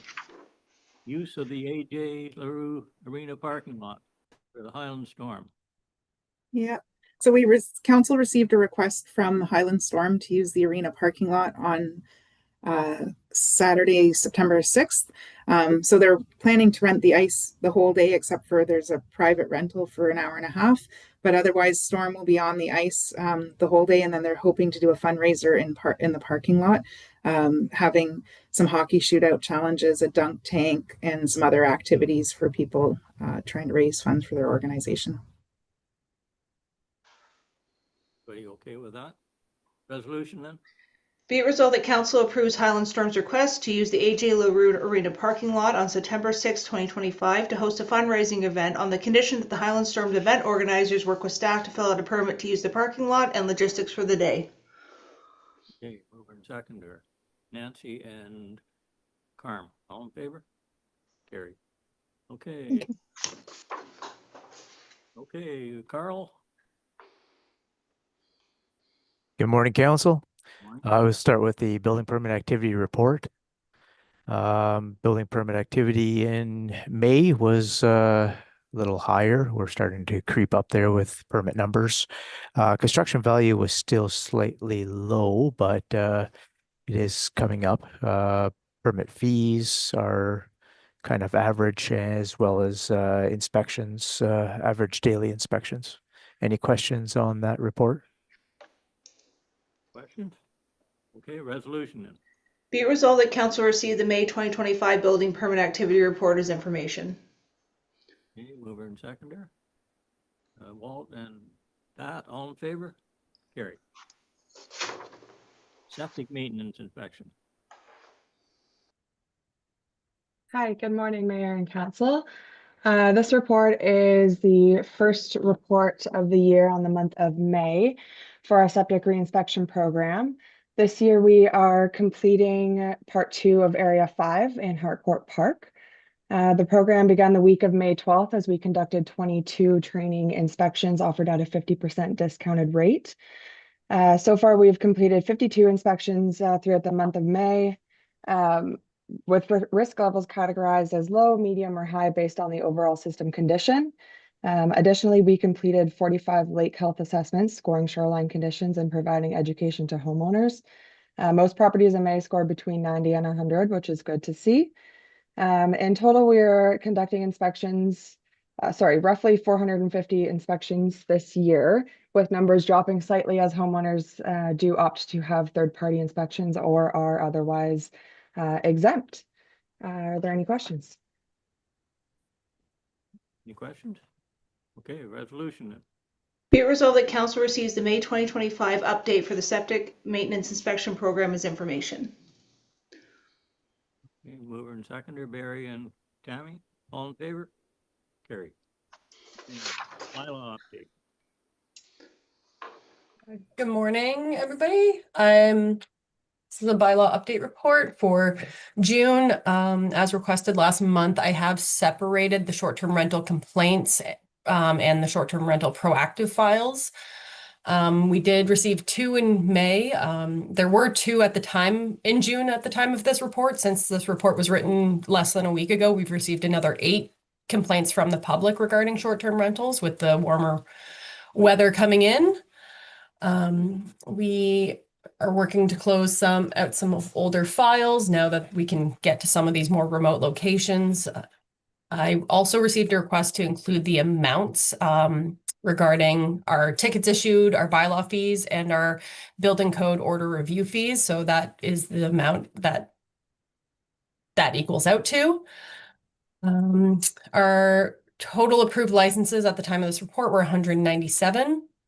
There were 49 pending, and then 16 of those 197 were conditional.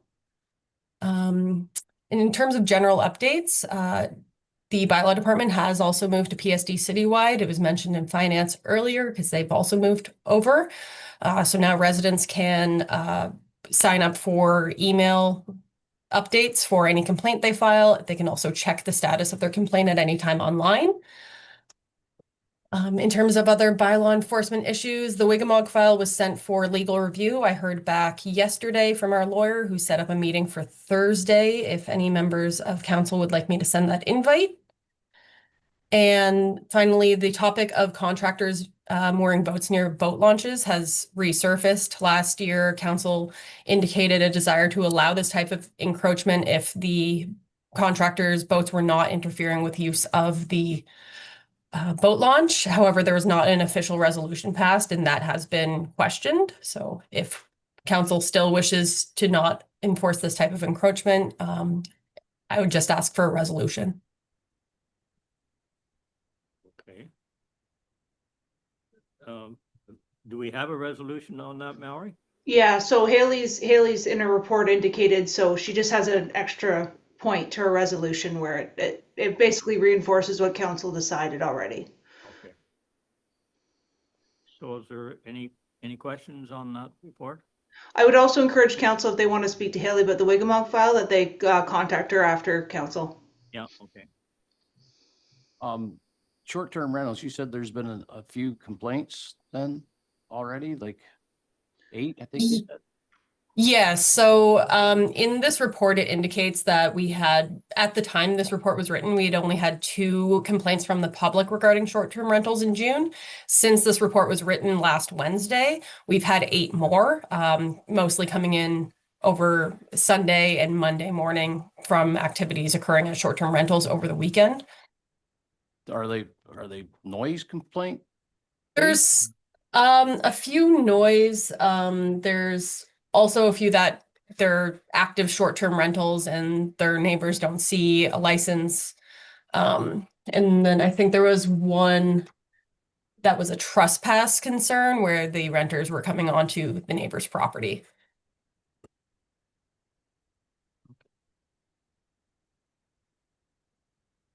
So some of them would be for people that didn't have a license then? Yes. No, that's what we're trying to do, so that's good. Okay, so do we have any other questions first? Okay, resolution, Mallory? Be it resolved that council accepts the bylaw update report for June 2025 as information. And further that council directs staff not to enforce the encroachment bylaw on contractor boats/barges mooring near municipal boat launches on the condition that they're not interfering with the use of the launches and are used to provide vital services to waterfront access only properties. Okay. Mover and second. Carmen, all in favor? Carry. Okay, and next is the bylaw we approved, or it's not, we haven't approved, we approved 4 of the bylaw. That's for the parking space for the Dymo bus that was here last month. Yeah, does council have any questions on that? Any questions? Okay, resolution. Okay. Be it resolved that bylaw 2025-60, being a bylaw to amend the parking bylaw 2024-13 to provide a designated parking space for the Dymo bus, be read a first, second, and third time, passed, signed, and the corporate seal attached thereto. Okay, mover and seconder. Barry and Nancy, all in favor? Carried. Thank you. Request put on retail fireworks. Oh boy. On Rotary Beach. Murray, I got a couple questions or comments on this. So I am licensed to do commercial fireworks, right? And I know the hoops we have to jump through, and we have to be 300 meters from spectators, and we can no longer hand light them. We have to be electronic because, you can't be that close. I don't know what the deal was with consumer fireworks. I know Kinesis Lake tried to do consumer fireworks on the beach, and there was a lot of setback issues and stuff there they had. So being that it's our property, I just know what I have to go through to get it. I don't think we dare do it. Like we used to do it there, right? for Yeah, Rotary Carnival. years ago, And, yeah. and I know the hoops we had to jump through to get. Well, I think they need to get the Dyno bus or something, a Dymo bus, and go to West Guilford if they want to watch it.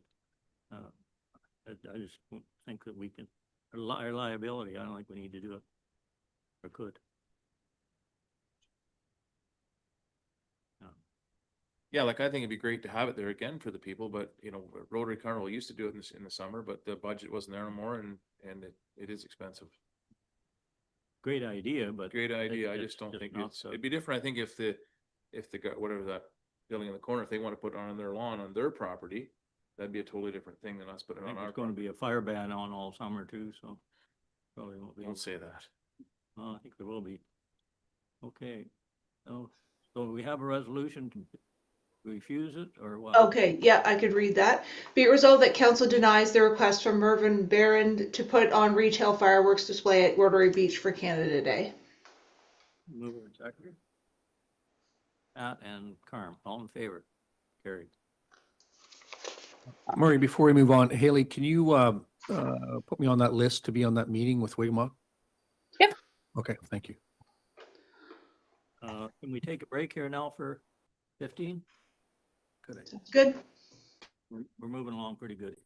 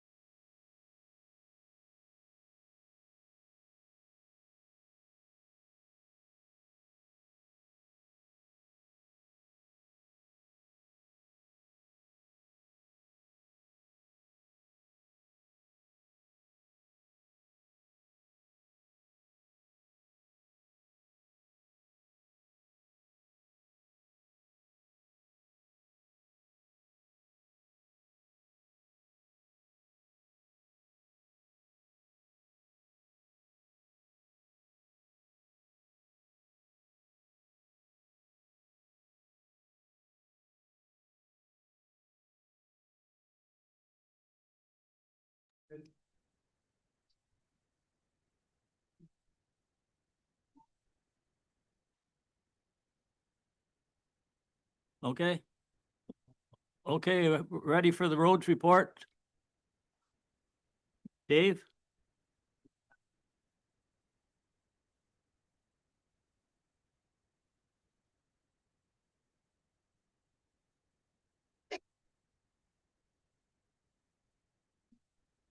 He's coming?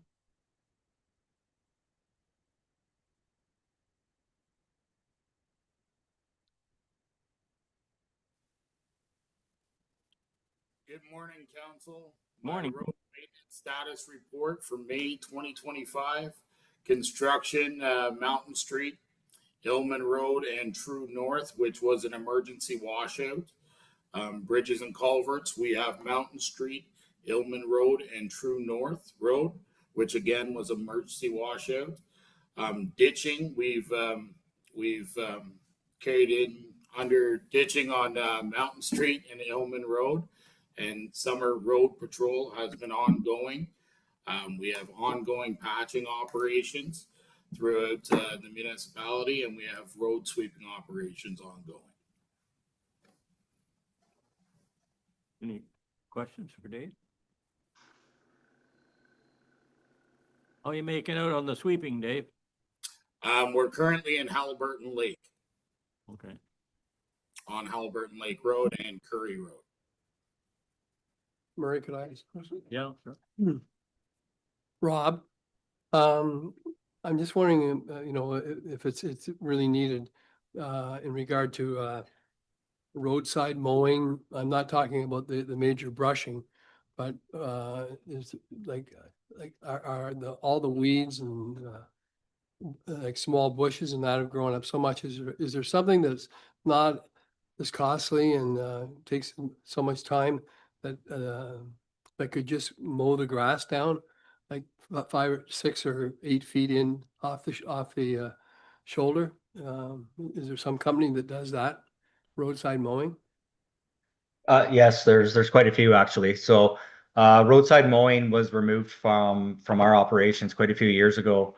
And I know it was brought up last fall when we reviewed the level of service policy. And at that time, there was no direction to put it back in. But I mean, it's a pretty quick process. So if council wants to do roadside mowing this year, it's not in the budget, but it's a pretty cost effective. I mean, when you can get to the grass, so it's not a huge dollar value. We can just do like an RFQ for it, and we could be cutting it next month.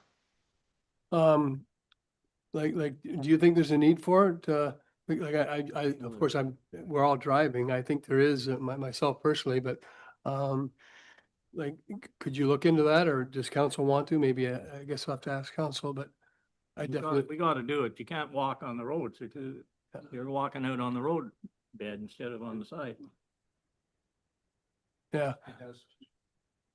So just we'd like to see if we could look into that if we could, please. Then thank you.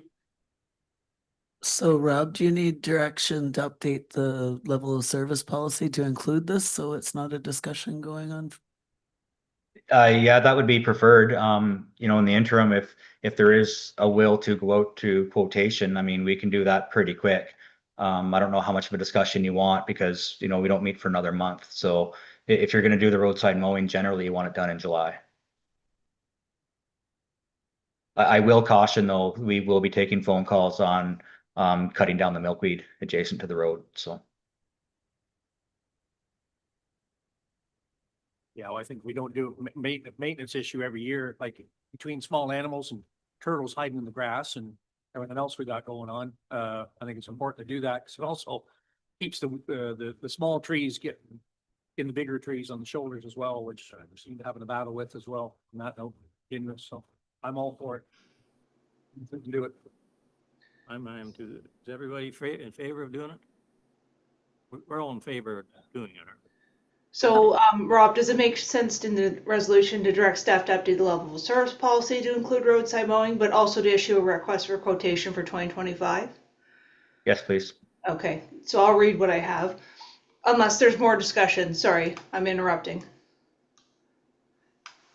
Does council have more to discuss? I just wanted to know when the last time it was done. 7 or 8 years ago, I think. Yeah, 7 or 8 definitely. years ago, Rob? Yeah, I think it was 2 terms of council. I think I'd have to go back and check. My guess it's definitely time. Should be done every year. Okay. Let's have Okay. that.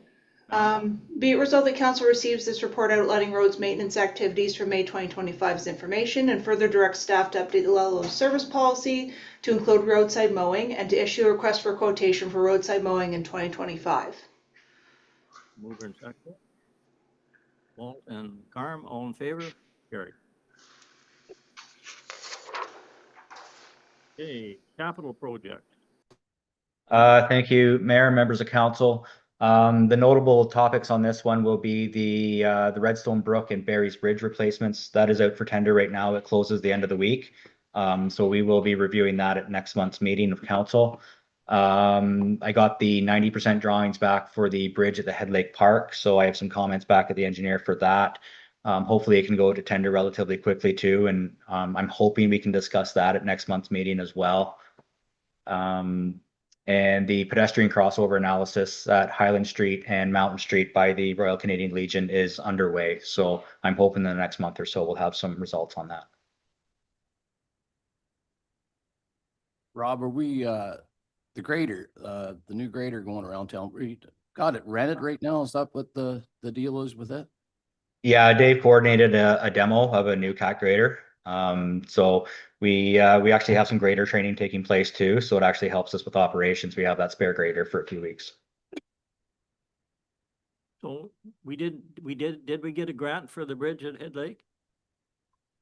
So No, we just found out we were turned down for that, so we have to look at the other alternative that was given during budget discussions was either the grant or to draw from another one of the reserve funds. So we'll be bringing back probably a report in July on that. so we're still going with that steel bridge.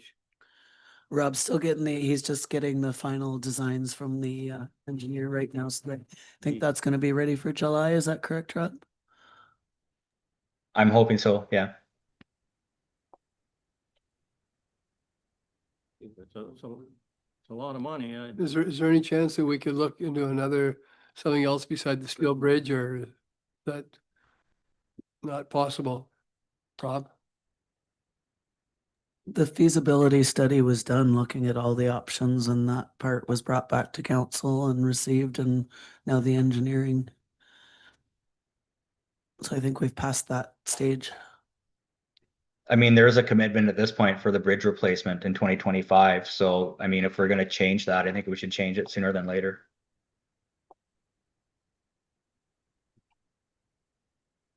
Does anybody else want to consider anything or? But you also have to, we brought the feasibility study to council previously with those alternate options, and he was directed to go ahead. So we're going to spend a lot more money redesigning something council's already approved through these processes. Well, I think the movement forward was if we got the grant, and if the grant's not really concerned, but a $500,000 bridge there, like again. We already had half the money allocated from the Parks Reserve Fund through the Planning Act that we had to do. So if we had the grant, we were just short about 80,000. But now we have to look at the options, but there is money available. We just need to come back with a report on the final costs as well to make sure that the engineering work hasn't changed the cost estimate from what we thought it was as well. I'd like to see it come down by 50%. I don't know how we spend $500,000 on the steel bridge there on that note. And I fully support re-engineering it, even if it was a flat bridge, no arch. It doesn't have an arch now. It is a flat bridge. The design is a flat bridge. So where's the majority of the cost coming from then? It's got to be raised up to meet the water level, like the arch of the bridge, from what Rob explained to me. So I thought still has to be maintained the same height. So the outside approaches need to be raised as well as part of that. And then you've got sloping down for accessibility as well. I'm lost. I thought we just said it was flat. The bridge is flat. The bridge isn't curved. The bridge is now flat. Yeah, but the approaches are got to be made out of gravel then, if that's the case. And there's not $500,000 of gravel there. On that note, and to me, to raise it up for what? the river doesn't overflow its banks there, so I don't know. That's what they've done the analysis on the water flow there, and that's part of the engineering. So they can't take it any lower than it is currently. Can I weigh in here, Tamara? Please. Okay, just want to make sure you can hear me. So the costing that we brought back in October when it was approved was high level based on the feasibility study, which was done last September. So I have the 90% drawings was submitted last week. I fired back some questions off to them. Once they update the drawings, they're going to provide detailed costing and tender estimates. So that can be discussed with council at the time prior to tendering. But right now, the number we were going off of 6 or 8 months ago was from the feasibility study. So it was very high level. It may go up, it may come down. We're not sure. We need to get that costing from the engineers. What engineering company were we using there, Rob? DM Wills.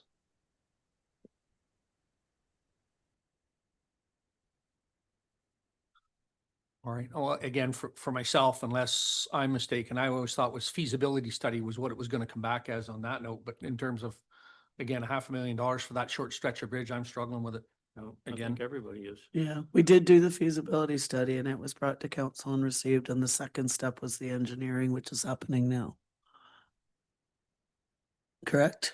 But again, part of the sales was, we were going to get a grant for it.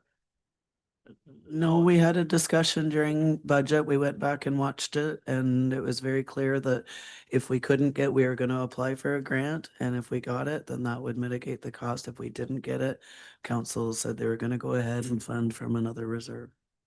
Just what condition, Rob, is that bridge in? Is it in danger of falling in the river or what? It's in poor condition, yes.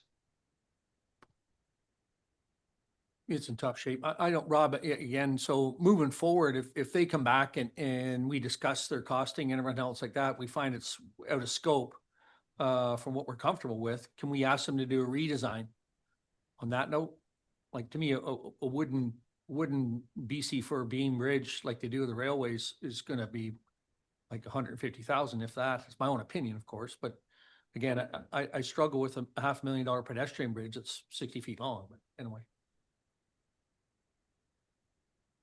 Well, I guess we go ahead and when the price comes back and we don't like it, we'll have to make a decision then. But Sorry to interrupt. Is there any chance, Rob, that one of our local, people that deal in steel and welding, they could, maybe you've already done this, besides the engineers who maybe could assess how badly the bridge is? And maybe is there any way they could reinforce it in any way or? In all honesty, there's not much left there to reinforce. It's pretty corroded. Okay, thank you very much. Last question, Rob. How much have we spent on engineering on that thing already? Do you know?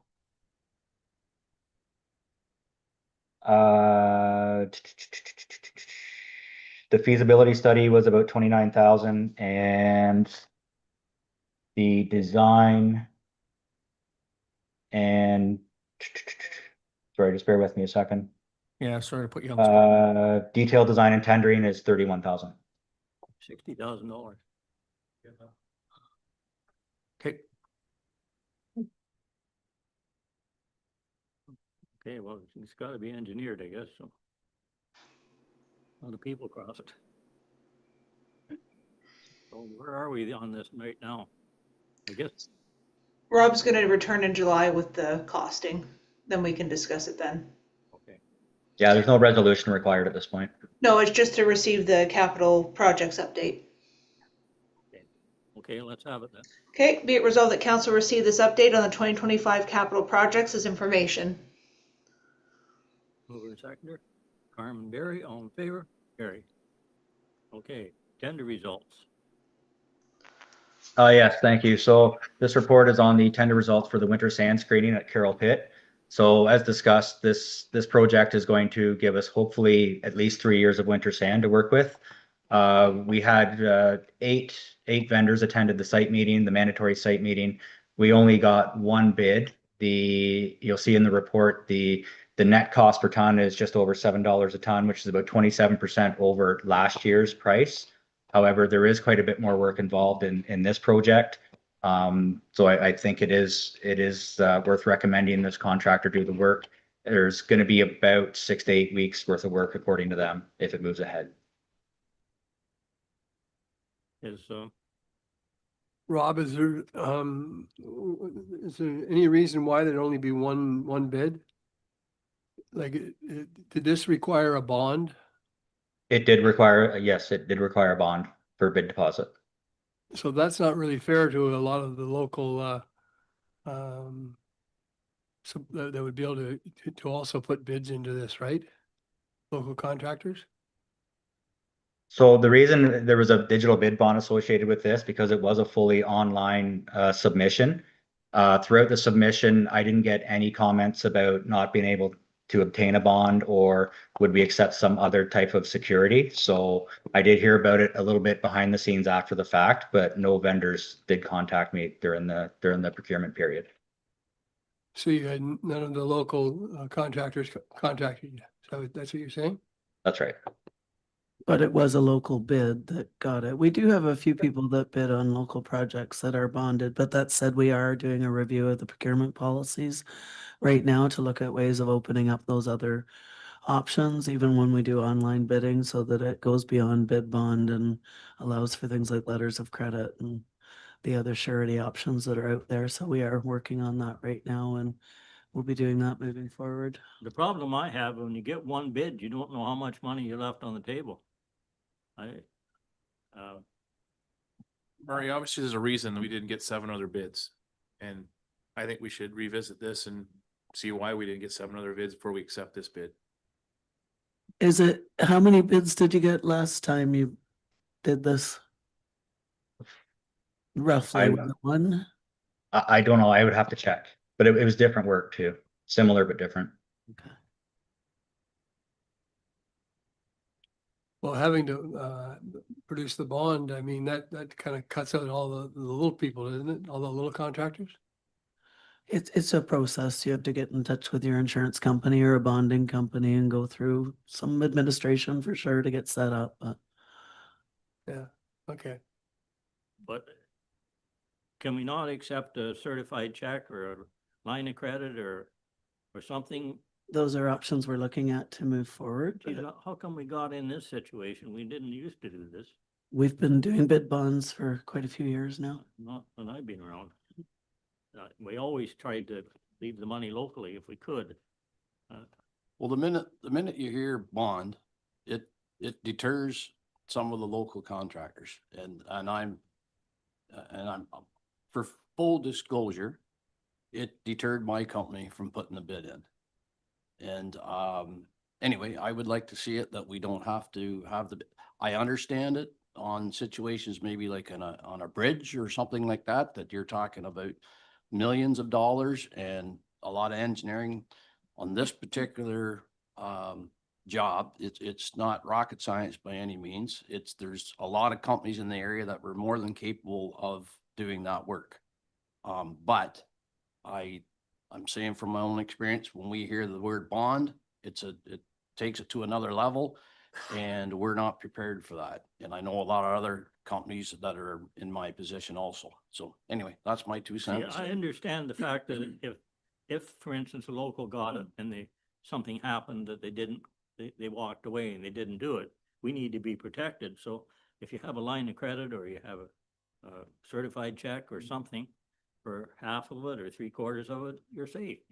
And it's in our policy to do that. So as I noted, we'll be doing that going forward, and staff have already discussed how to do that. So the county just did the same thing with the salt. They bonded it and nobody got that. there is an issue. I know I talked to procurement at the county yesterday looking for more information as well, because we have been looking into ways to make this better. And she did note that anything over 500,000, which this one isn't, requires bonding under the Construction Act. I'm not 100% clear if that's road construction, building construction. I still need to do some more work, look into that, but there are some things outside of our own scope of legislation as well that I wasn't even aware impacted how we purchase, so. Is there a problem with doing a combination of both electronic and physical tendering? 'Cause that could be a problem too with again, I'm echoing everybody else's here, like we didn't bother with it either. And Well, if you don't do the electronic, everybody can't, it's not as much as an open, transparent process. well, it always has been though. Yeah, we've been using Before bids and electronic, it was tenders always a for, bid opening, right? yeah, but we've been using bids and tenders for probably 5 years now. I know, but that's what I'm saying, Tamara, I thought we've talked about this several times where like a lot of people don't sit at bids and tenders website every day and look for this stuff. You don't have to, you sign up and they send you all the bids in in any area you specify.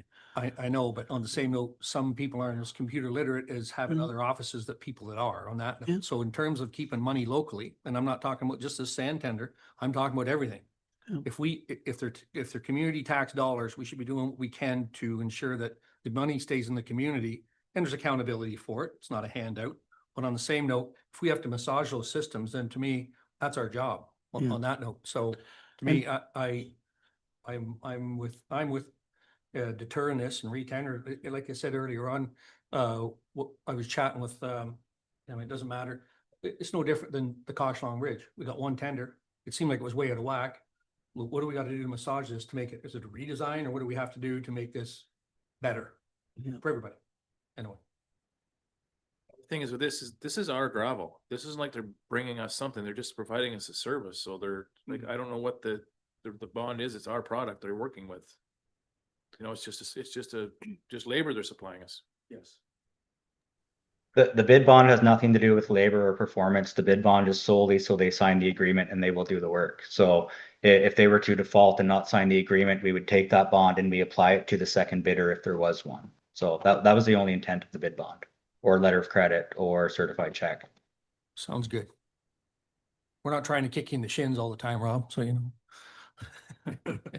Even though it feels like it. Well, I think with all being said, because this was advertised in the Echo, on the website and through the bids and tenders site, there's now a public number for the person that would be awarded the bid. I don't think that we can take that away because now that is public information, and it is unfortunate. And we've learned a lot through this process of how we have to change it to make it more competitive. But I don't know that we can re-tender this when there was a tender date and everybody had the opportunity to even call you and ask questions. I mean, I agree there is some exposure there. However, you could choose, I mean, it's not my recommendation, of course, but you could choose to not accept this and re-tender. But I would expect the loan bid we got this time would not bid next time. So.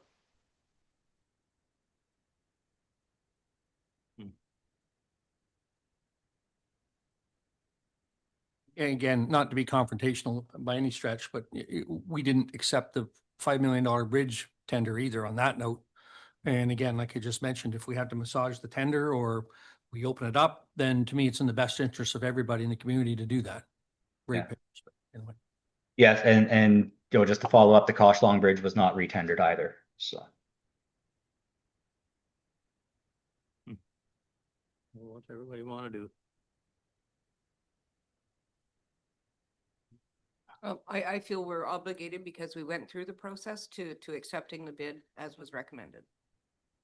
Again, it's unfortunate, but that's the process that we've been following, so. Just one quick question. So basically what I'm hearing here is a lot of the local contractors wouldn't have bid on it because of as soon as they see the word bond. Is that true? Yep. Okay.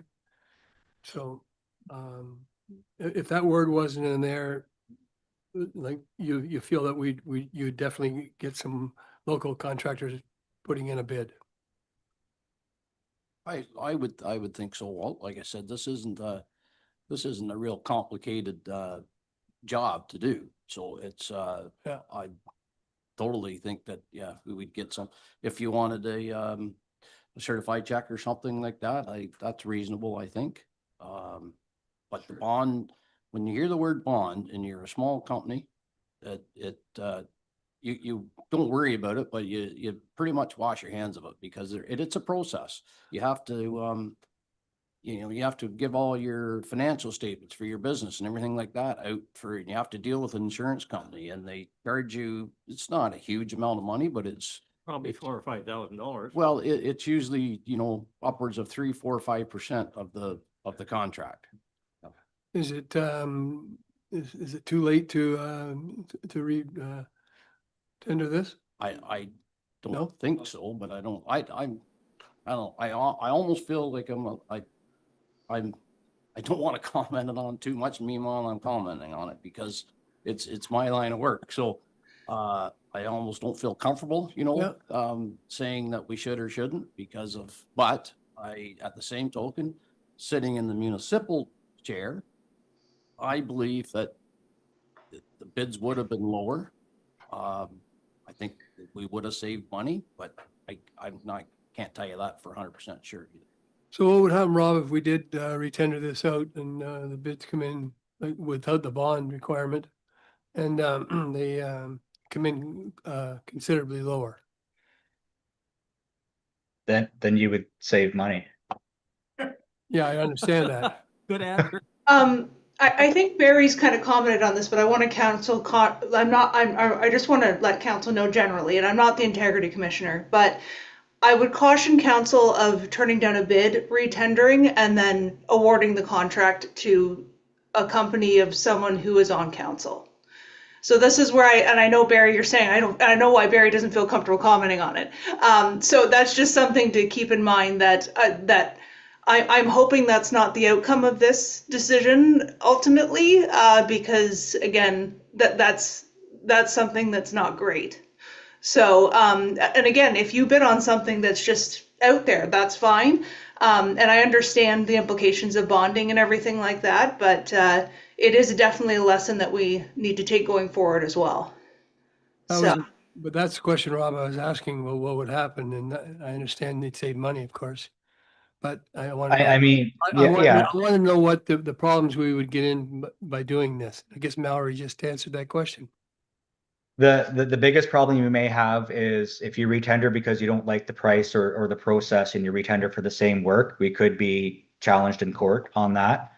From a timing perspective, if we did tender the same amount of work, I have concerns it won't be ready in time for us to haul the sand for the winter season. This was supposed to be ready for hauling the middle of September, I believe.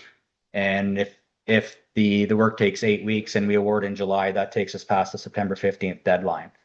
So to get around the tendering for the same work, we would have to scale the work back and make the work different, if that makes sense. We can't retender for the same thing because we don't like the results that were submitted. Okay, so let's say that we don't retender it. We'll go with this, but it seems to me that we've been through this before with this bonding thing and things haven't changed. So I'd be happy to say right now that, okay, we accept that tender, but in the ongoing and in the future, we've got to make it so it's easier for the local people to bid on it. And that's what we said we were going to do. I know we've said it, but we've said it a few times. No, we've never So- had this direction from council to change the procurement policy. Oh, for sure. Well, no council direction to change the procurement policy. No, it's And not. let's put the- And some of it we can't change. Some of it's legislation that's way above us in different pieces of legislation. So I get that. I understand that, but I know that we've talked about this before, about making it easier for local contractors to bid. So, well, I don't know how we do it. Mallory would have she would know likely. we have it in the bylaw, in the procurement bylaw already. We just have to change our processes, which we've already done. We had a staff meeting yesterday. We reviewed how to do it. We've worked through the technical glitches and we're good to go moving forward. Rob's Yeah, and I could be wrong on this, but I'm just reaching back into my memory bank, and I think the last discussion they had on this with regards to accessibility and the local vendors was the bids and tenders platform itself. Because I think, and I could be wrong, jump in if I am, but I think before we were on a vendor pay model, so they would have to pay to register for our bids in order to see our work. Since then, we've gone to an owner pay model. So if you want to bid on our work now, you don't need to pay money to register. It's already done that. Dysart pays that on the vendor's behalf. And I think that was the last discussion on it. I don't believe it was on bonding. Yeah, and council approved through that discussion, paying for that system. to make it easier. We've also sent staff out to various associations, including the home builders, to demo how it works. It's the same software used in all the townships. So the bidders are very familiar with it. We walk people through it when necessary. We've created an online guide to help walk people through it. Yeah, I think in the past too, we've talked about making sure it was advertised in local papers because a lot of the time. We've done that as well since that request. Right. So again, I'm not jumping on anybody's toes, but on the same token, here's an instance where we could be paying $100,000 in access of what the job's really worth. So that's what we're living with. So Tamara, you said you have already started a new policy on this. It's not a new policy. We're just a new Revi- process. Okay, so you're gonna amend it. Can you bring us something back next month and what you plan on amending? And I'd also like to be throwing this canoe procurement, because I don't think this is a great fit for us either, because canoe procurement is a great deal if we're wanting a big piece of equipment. If we want something that we could buy locally in town, canoe procurement isn't even going to look at locals for this stuff. They're just sending it out to their people to use every time. And I think day-to-day stuff that we need and that we could source locally should go through that and not through canoe. So I don't know if we can put all this together in one meeting and we can have a visit on that. And Well, I know there's been some discussion amongst the various municipal staff of looking at updating our procurement policies across the board. So maybe it's a bigger discussion with. yeah, I think it is. I think we need to iron stuff like this out, that, why are we buying stuff out of town when we could buy it in town, because some of these companies aren't even going to know that people in town sell it. Still, there needs to be accountability. They have to be Absolutely, competitive. Murray. I'm not saying there's any accountability. Absolutely. But if you're going to buy something at a town and save Yeah. $50, Yeah, it makes no sense. well, I know the county's looking at their procurement too. It's the same mess as this, is it, in terms of hiring local. So what Barry said there, if we go ahead, we're gonna fix it and fix it for sure. That's the key for me, is that let's get it fixed somehow. I know Pat brought up, maybe we could, maybe we can't, I don't know the details, but like a hybrid system where you go through the bids and tenders, but also you do it with the paper.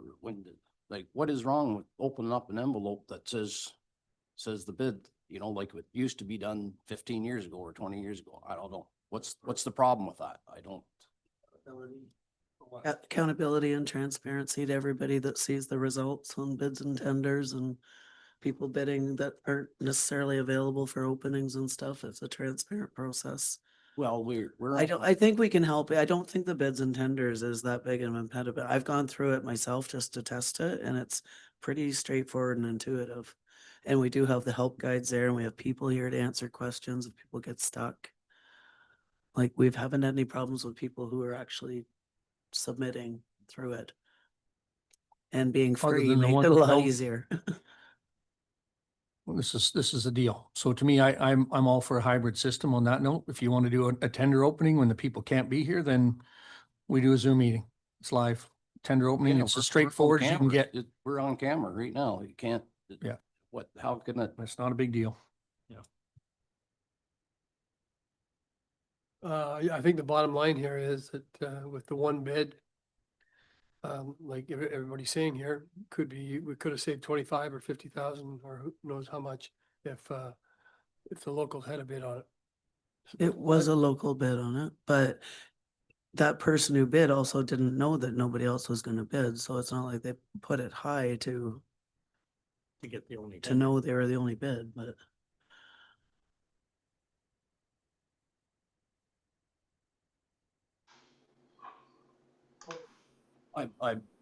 The company that bid on it, I have no problem with their bid whatsoever. Like I'm not saying it's high or low or whatever. It's just that it was limited on who the bids would be. I'm not accusing that company of anything at all. They're a reputable company and, no problem with that. But it's just that we were a little bit restricted, I think, and I do believe it's cost us some considerable money, but. We did do a couple projects in the last term where we didn't require the bid bond, and it didn't increase. We got single bids still. And we promoted it out there that to different people through the home builders or everything, and it didn't change the outcome. So from what I'm hearing is they want to change in the process where you don't necessarily have to have a bond. There can be other letters of assurity or whatever. And we've already We got can that in the change that. process, and we've already changed it yesterday. So We're that's not moving going to forward. change anything today with this bid. No, but it'll mean going forward, anybody bidding on our projects under 500,000 will have those other options to use for a surety as opposed to a bid bond.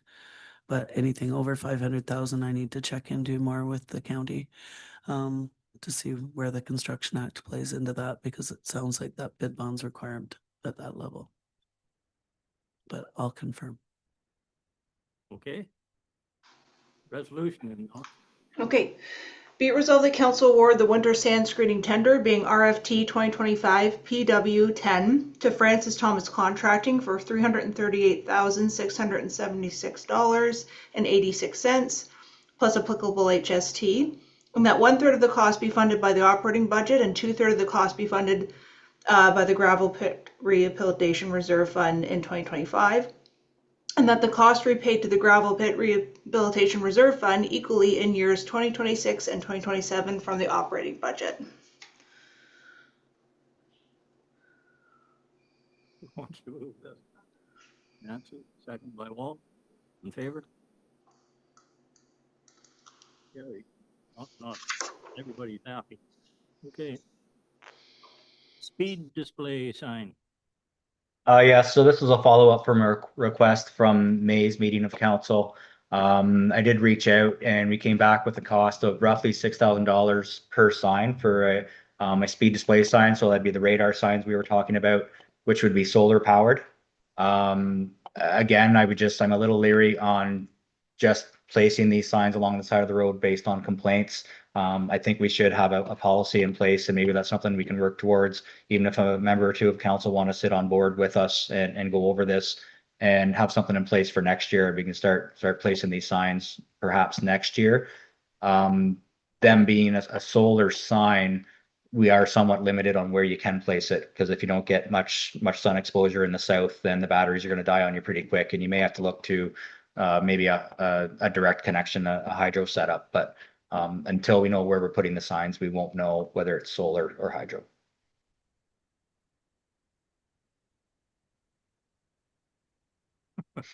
Okay. I'm not going to say what I think about these signs, but anyway.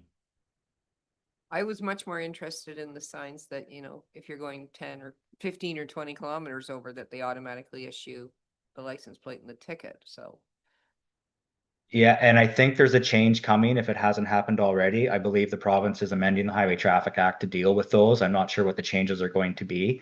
The same with community safety zones. I'm just guessing that there's going to be some regulation written by the minister on when you can and can't use community safety zones. I know they're changing the act. I just don't know what's going to be in it. So I'm just expecting it's going to be more restrictive. But to have those signs that do what Nancy wants, you have to be in a community safety zone. So that's everybody down to 40 kilometers an hour.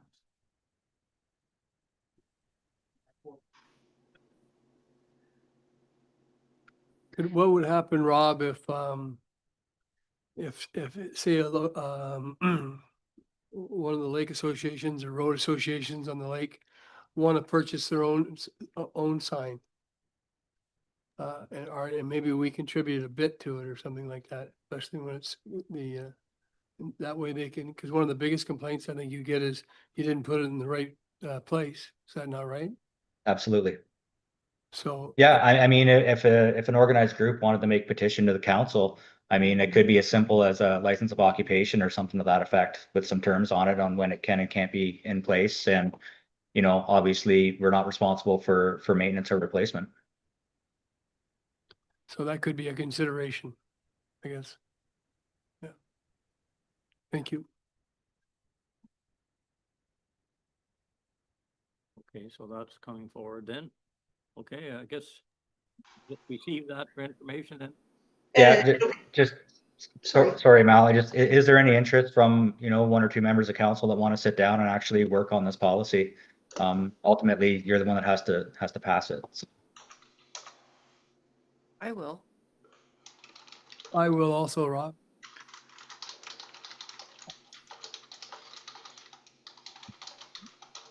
I'll read the resolution. Yeah.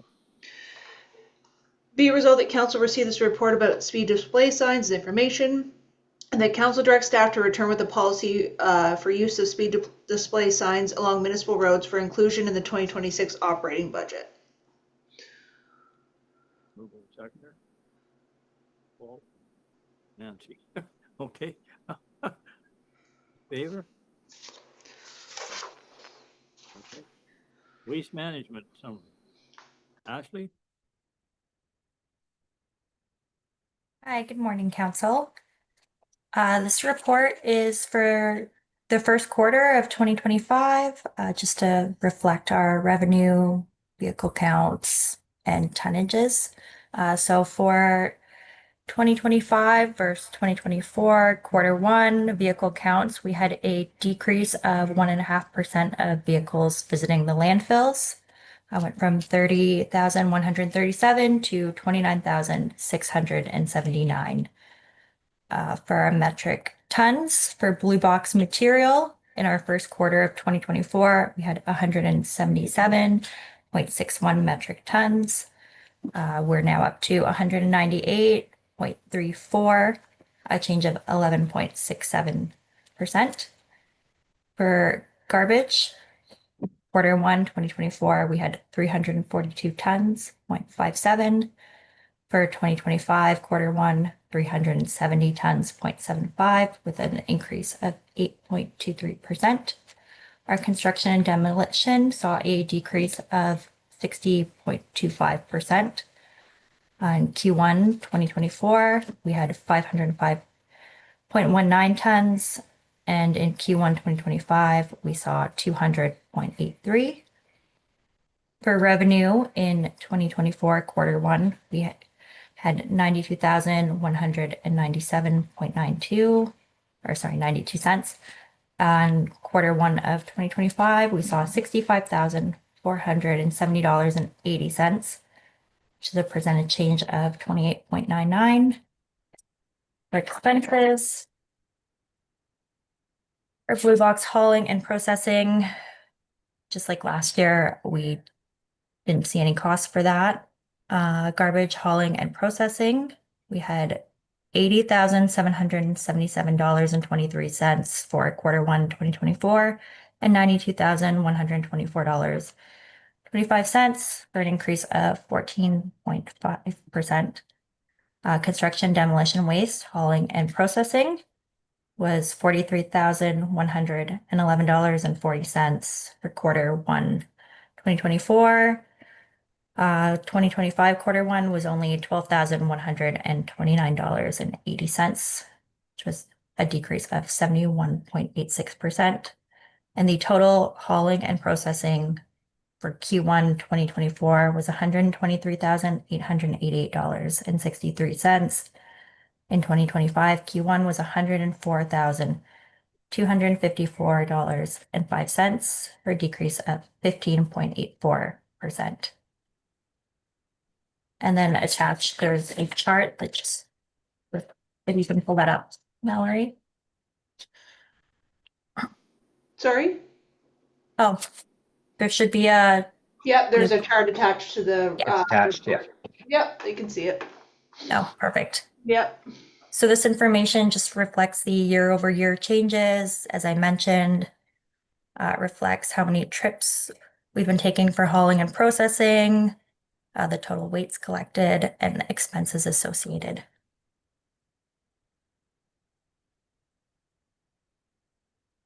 Any questions?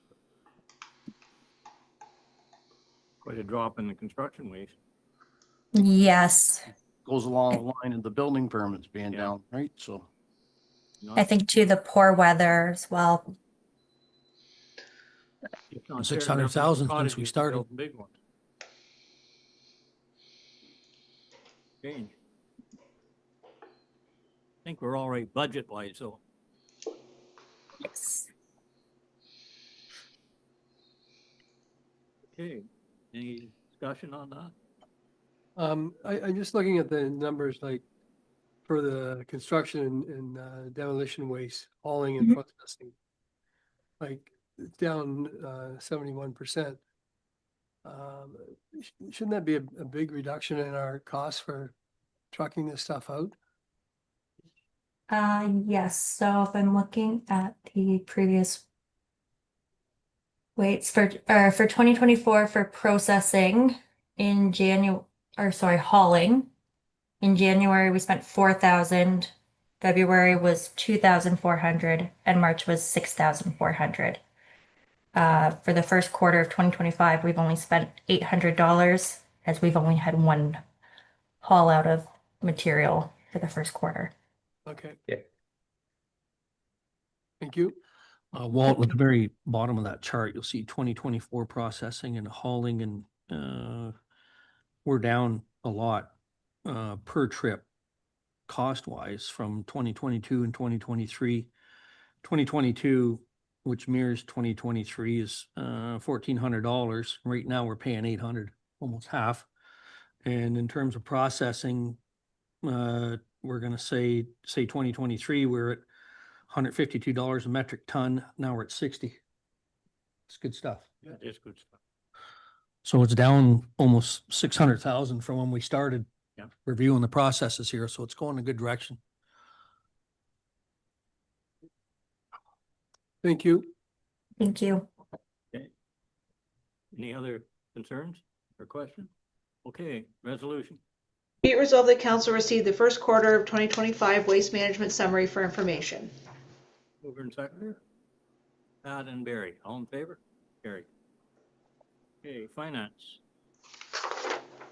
Barbara? Good morning. So our first report here is the May 2025 check summary report.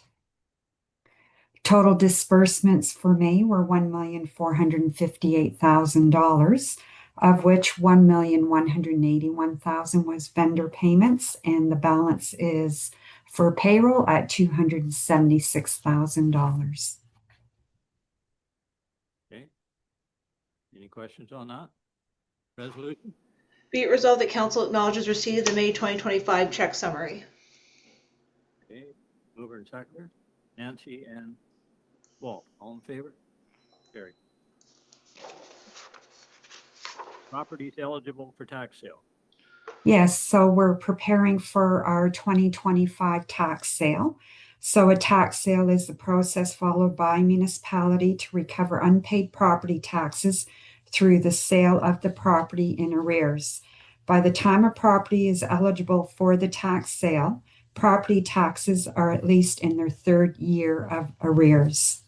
So in keeping with the Ontario Regulation 181/03, the municipality has completed the due diligence in the tax arrears certificate registration and will commence the tax sale procedures for the properties noted in the attached file, and that's the tax summary report. There's 4 properties that are eligible, and so the tax sale is scheduled for July 31st of 2025. Okay. That's what we have to do. Resolution? Be it resolved that council receive this report regarding the properties eligible for tax sale in 2025 as information. Mover and seconder. Barry and Tammy, all in favor? Carried. Okay. Eastern Ontario Wardens Caucus newsletter, that's information, I assume. Yeah, it's just for information, so I can just read the resolution if council's okay with that. Okay with that? Okay. Be it resolved that council acknowledges receipt of the June 2025 newsletter from the Eastern Ontario Wardens Caucus. Mover and seconder. Carmen, Pat, all in favor? Carried. Procedural bylaw. So this is the updates that I brought to the last meeting. This is just the actual bylaw now that we've passed the notice period. So those updates were just notations for the strong mayor powers. Any questions on them?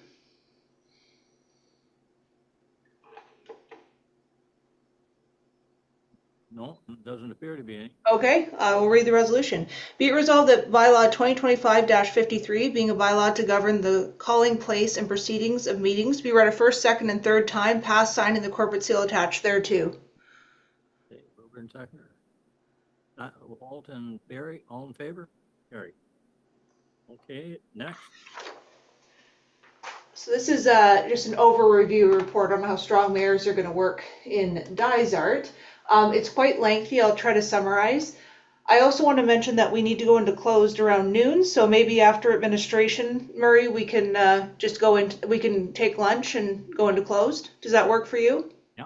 Okay, so I'll get through this part. So council has the full report, but I just wanted to give kind of a summary of where we're sitting, because we've talked about strong mayors a few times, but we haven't really talked about it, how it impacts Dysart.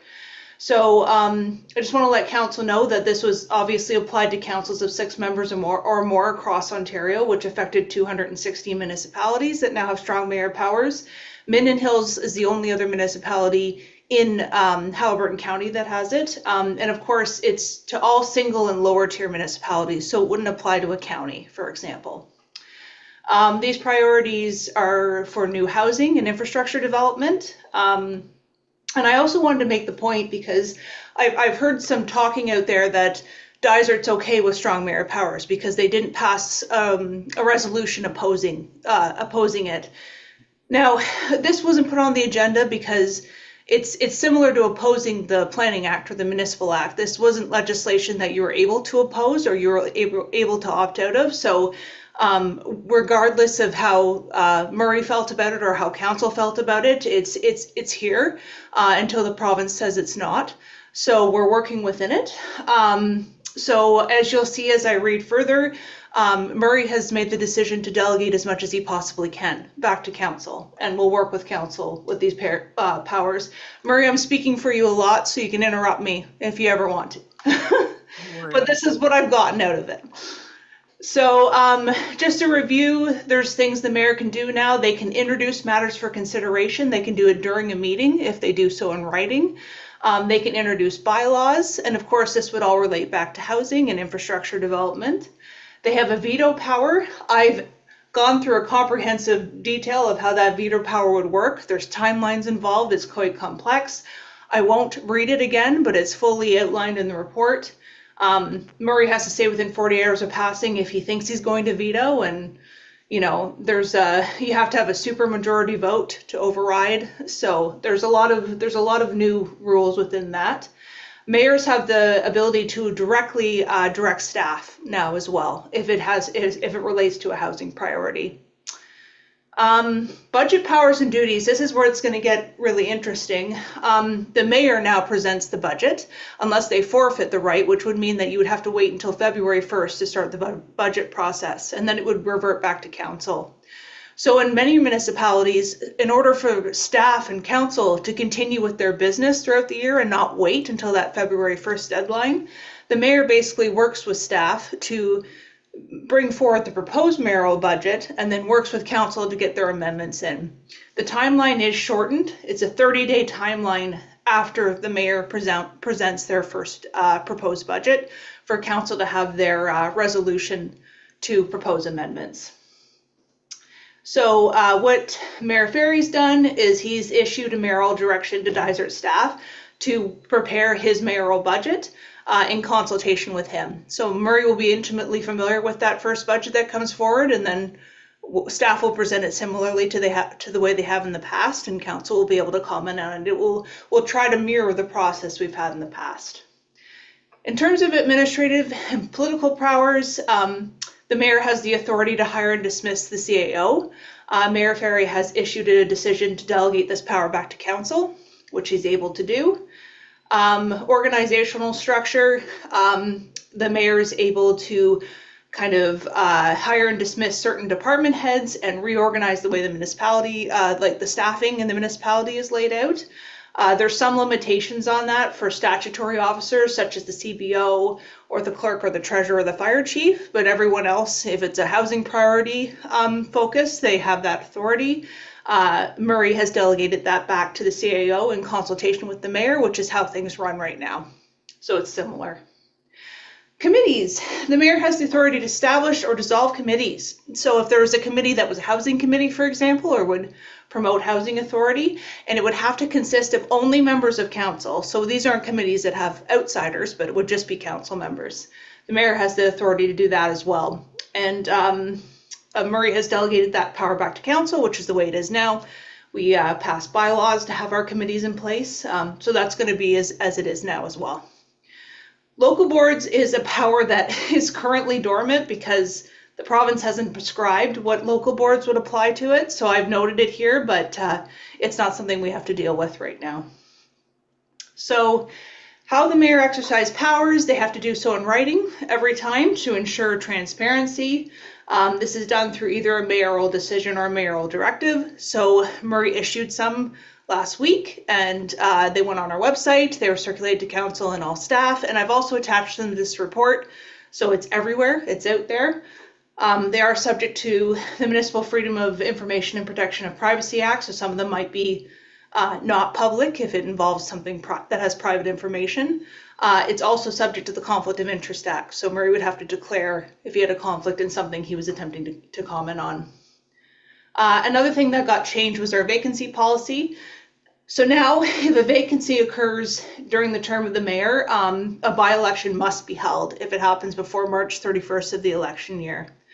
After that, after March 31st, the municipality is required to appoint a mayor, but that appointed mayor does not have strong mayor powers. So until that new mayor is elected, that's when they would take it over. The municipality doesn't have to fill the position of mayor if it becomes vacant within 90 days before voting day.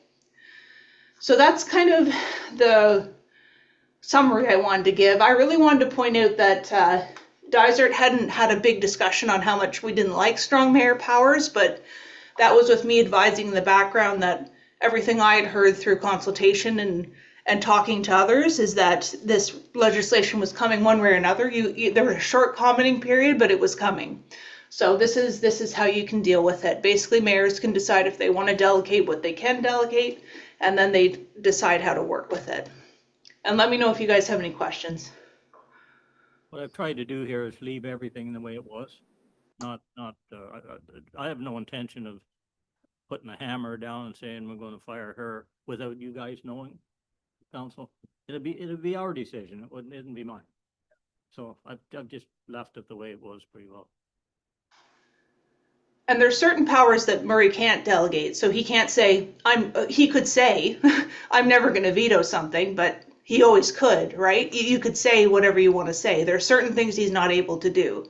So he can't delegate his veto power. He can't delegate his ability to directly direct staff. And he can't technically delegate his budget. He can just forfeit it if he waits until February 1st, which isn't very good for the municipality because it puts us behind on the business we need to accomplish. So this is how we work within it.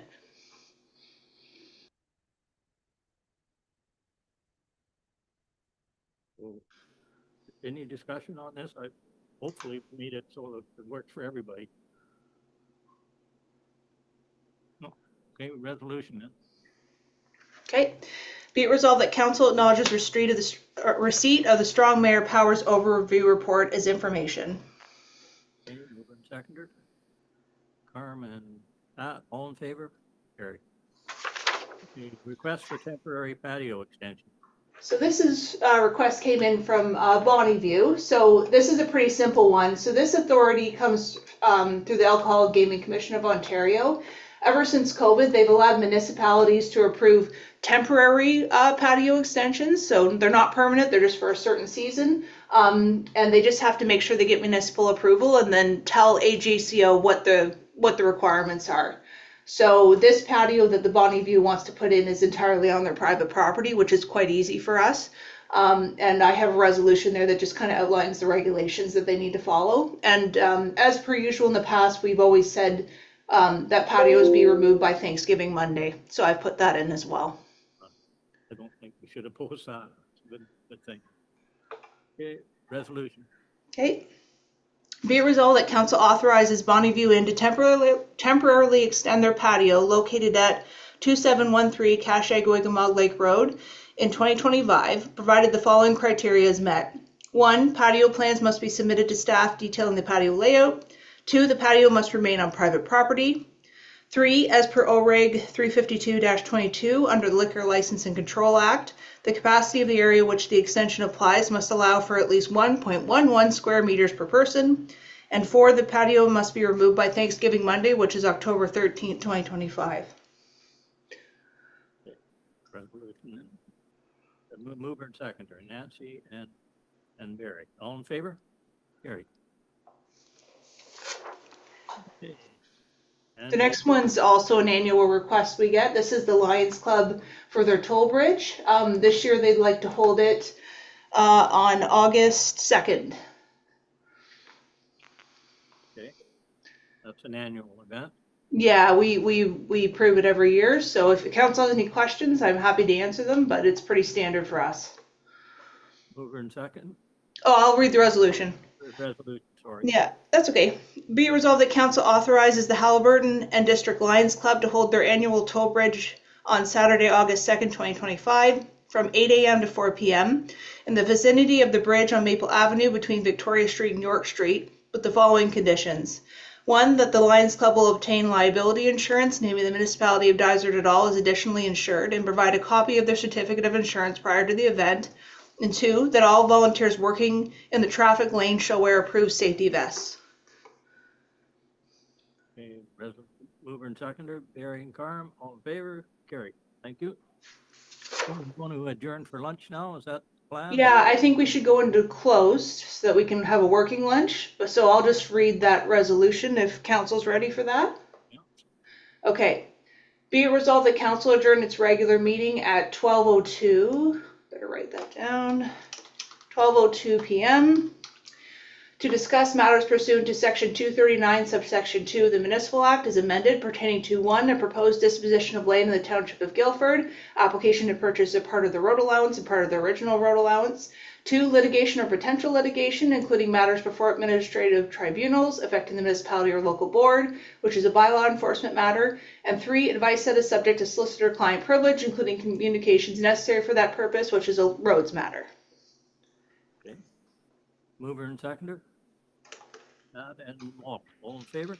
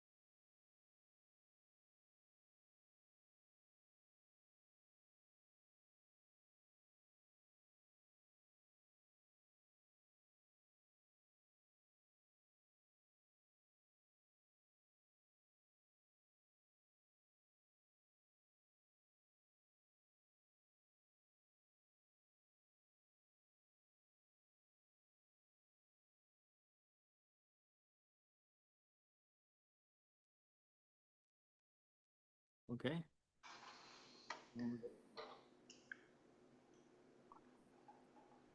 I can hear you now, Murray. Yeah. Oh, okay. What about Jeff? Yeah, and I'm just going to read our report from closed resolution here. Okay. So be it resolved that council sets the purchase price for part of the road allowance for Boyce's Road, Plan 619, and part of the original road allowance between concessions 12 and 13, Lot 29 in the Township of Guilford, shown as parts 5 and 6 on the preliminary plan of survey at $8,000. Okay. Oh, we had the mover and second. No, this is We'll need it, yeah, in the report from closed. Barry and Tammy. Perfect, thank you.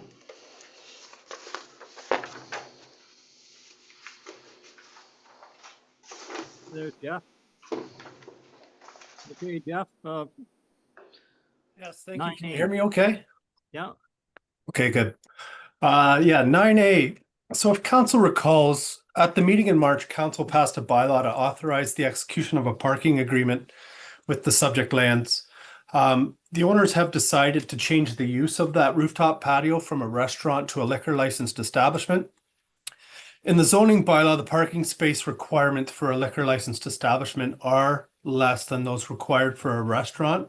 So with the updated calculations, they only require 9 additional spaces as opposed to the 23 as previously approved by the agreement last month, or sorry, in March. So if council approves this updated request, the owner will be exempt from providing 9 additional parking spaces on site in exchange for a payment of cash in lieu in the amount of $18,000, which equates at $2,000 per space. Yep, based on everything else, staff recommend approval of the bylaw, and I'm happy to answer any questions. Can you tell me what the definition of that is? The definition of a liquor licensed establishment? Yeah. Yeah, just bear with me for a second.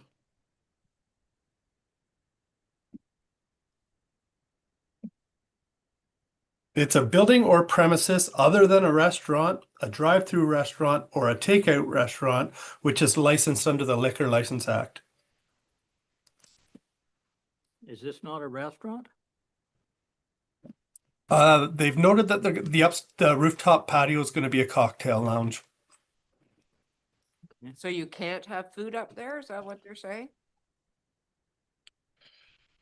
Well, I don't know all the ins and outs of those laws, but my understanding is that when you're serving liquor, you're required to have food available. But the primary intent of that portion of the building will be a liquor licensed establishment as opposed to a restaurant. They're smarter than we are. That's the definition, and that's what the rules are with the liquor license board, Jeff. Is that correct? I don't know, pretend to know the Liquor License Act, but I have heard that before. That's about the extent of my knowledge. All right. Yep. Thanks. What other requirements will they have when they put this patio in there? Like in regard to washrooms or? Yeah, there's no additional requirements through the planning process as it complies with the zoning bylaw. But I was advised by the chief building official that there are additional building code requirements in terms of increased washroom capacity. So I think they are going to need more washrooms on site, or at least more washroom capacity on site. Other than that, I'm not too sure. Like, I understand that they want to, what they want to do, and it would be great, but I can't get my head around why they're trying to fight for not paying for 9 more spots. And spending all this money to create the patio to save $18,000 and say that they're not going to be serving food there. So, I mean, I'm pretty sure all of us will think that that might turn out to be a private little, the odd party room or something like that. Usually when you're serving alcohol, you're serving food. So I just can't get my head around that they're just designating that as just alcohol space. I just, and all for the sake of $18,000, when they could have a beautiful patio up there having lunch or whatever. It just doesn't fit with my my vision of what's going to happen. Thank you.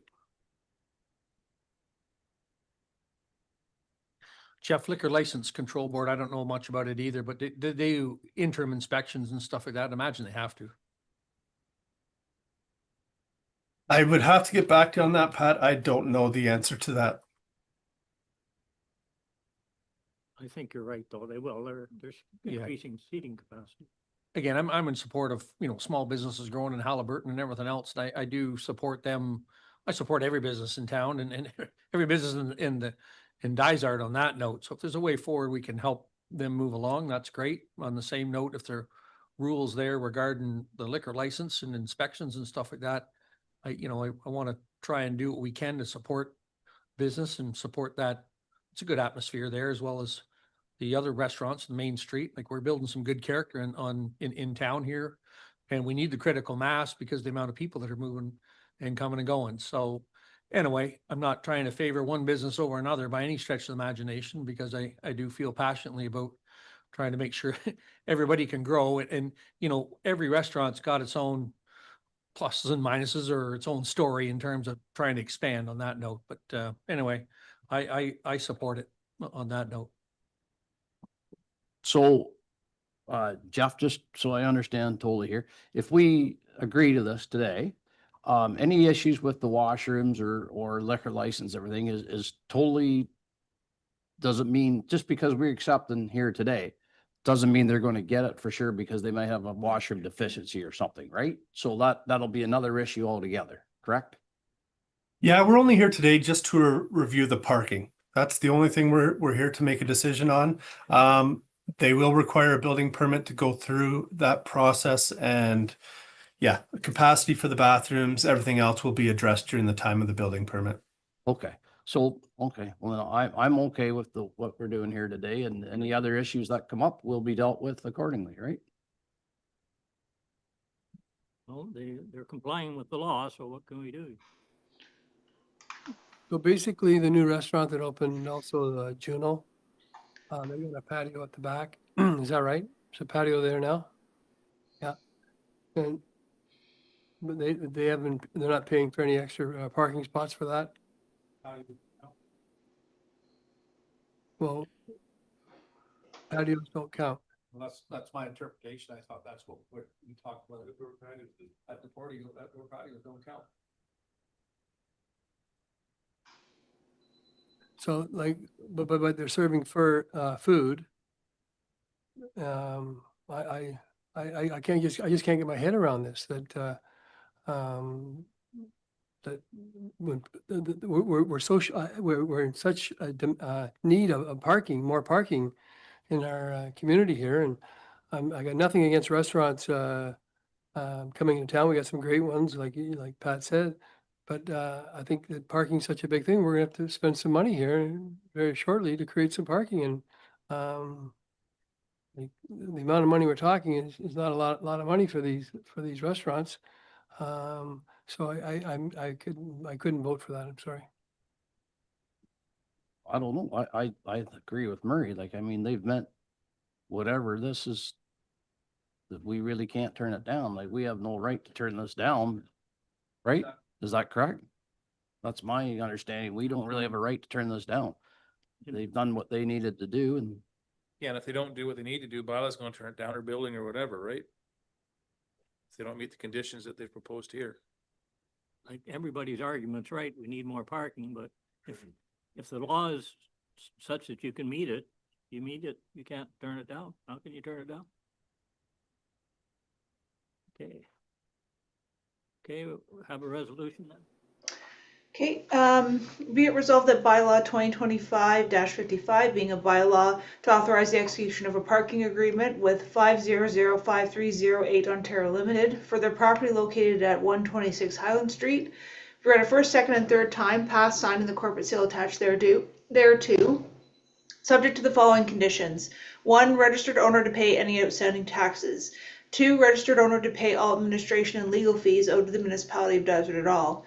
3, registered owner to pay cash in lieu of parking in the amount of $18,000, which is $2,000 per parking space, as per municipal bylaw 2024-98, being a bylaw to establish rates for cash in lieu of parking, and 4, that bylaw 2025-29 is hereby rescinded. Okay, mover and seconder. Tammy, all in favor? Here. Did you want to vote against it? Or no? Waive site plan control. Yeah, so 9B, the property owner is proposing to construct a lean-to onto an existing storage building on their property on Conesus Lake. They are requesting that council waive site plan control.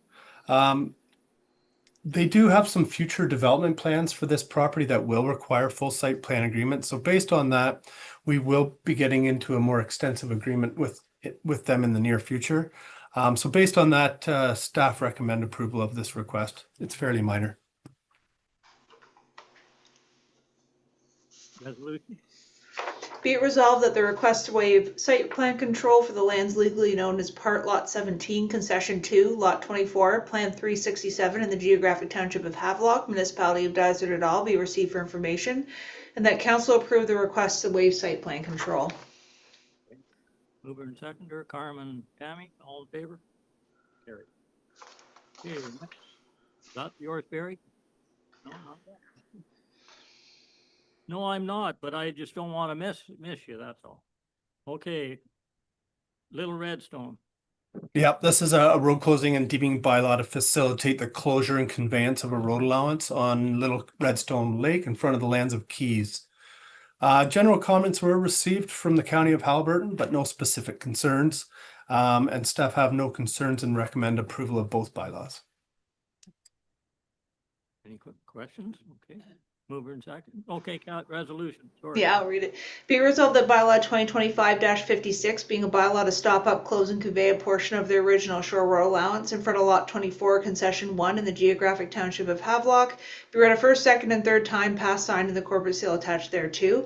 And further be it resolved that bylaw 2025-57, which is a bylaw to deem lot 41, registered plan 572 in the township of Havelock, not to be within a plan of subdivision for the purpose of section 50, subsection 3 of the Planning Act, be read a first, second, and third time, passed, signed, and the corporate seal attached thereto.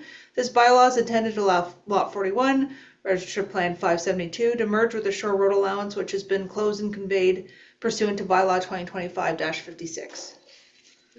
Second. Barry, Walt, all in favor? Carried. Okay, next. This is another road closing and deeming bylaw. This application is in front of the lands of Kuznick on Kinesis Lake. At the meeting in April, this application was deferred until a registered copy of the survey was received.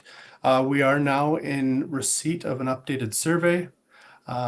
General comments were received by Haliburton as usual, but no specific concerns. Staff recommend approval of both these bylaws as well. I'll read it. Yep.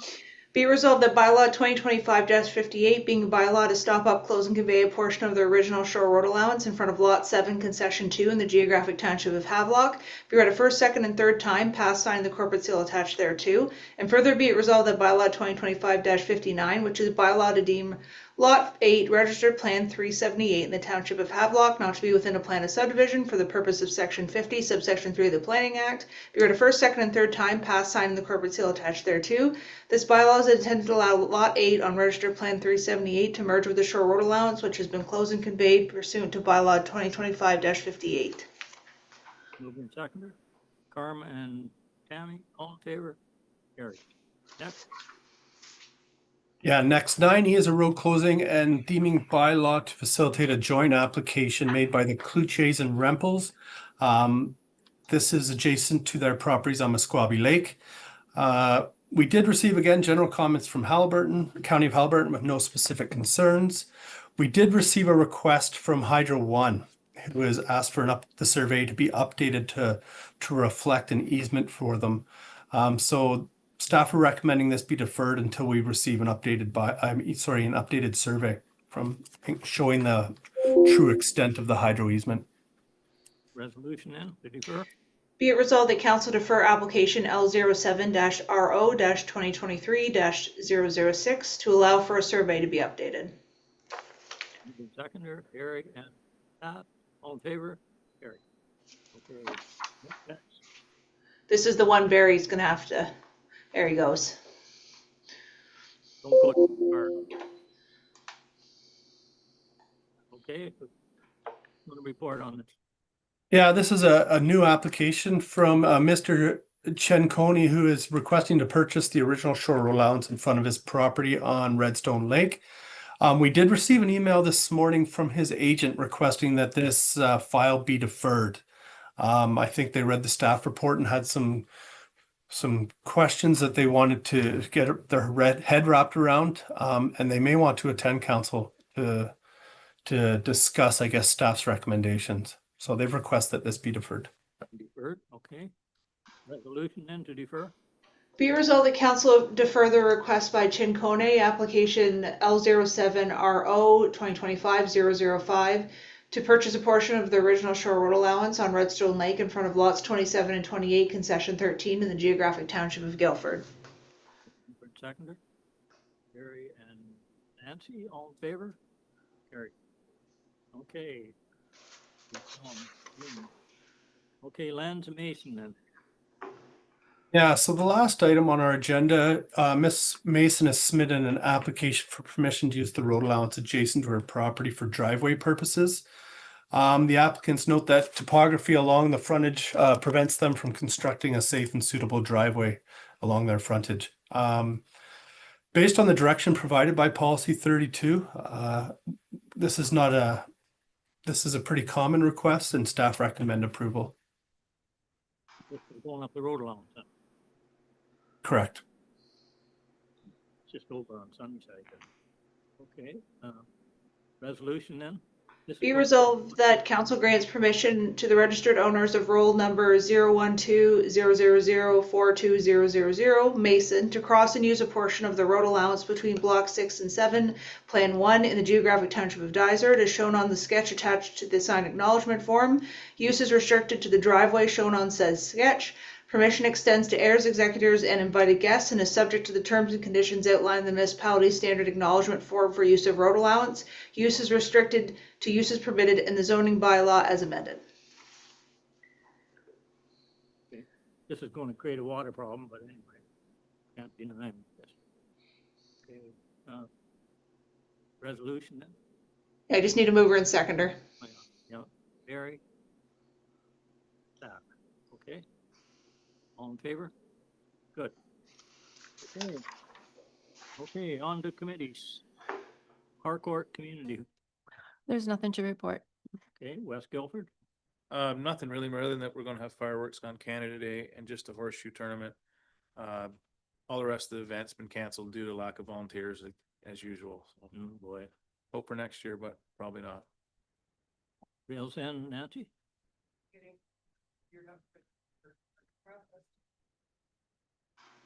Nancy, your mic's not on. Sorry. They're getting geared up for the Art and Craft Festival, which is July 25th, 26th, and 27th. They have their usual busy events going on, and that's it. Okay, resolution then. Be it resolved that council acknowledges receipt of the June 2025 Rails End Gallery and Art Center report. Mover and seconder, Nancy and Tammy, all in favor? Carrie. You want to move that? Which we talked about earlier, flowers are out. They look great. They do look great. Yeah, you bet. Also got to talk to Andrea on the way out to make sure that there's coordination between moving the banner post down a little bit more on that note. So anyway, that's coming up so we can get, the Canadian flags on there or what have you a lot easier, so. Yeah, I talked to her afterwards. She was trying to get some answers on that. Okay.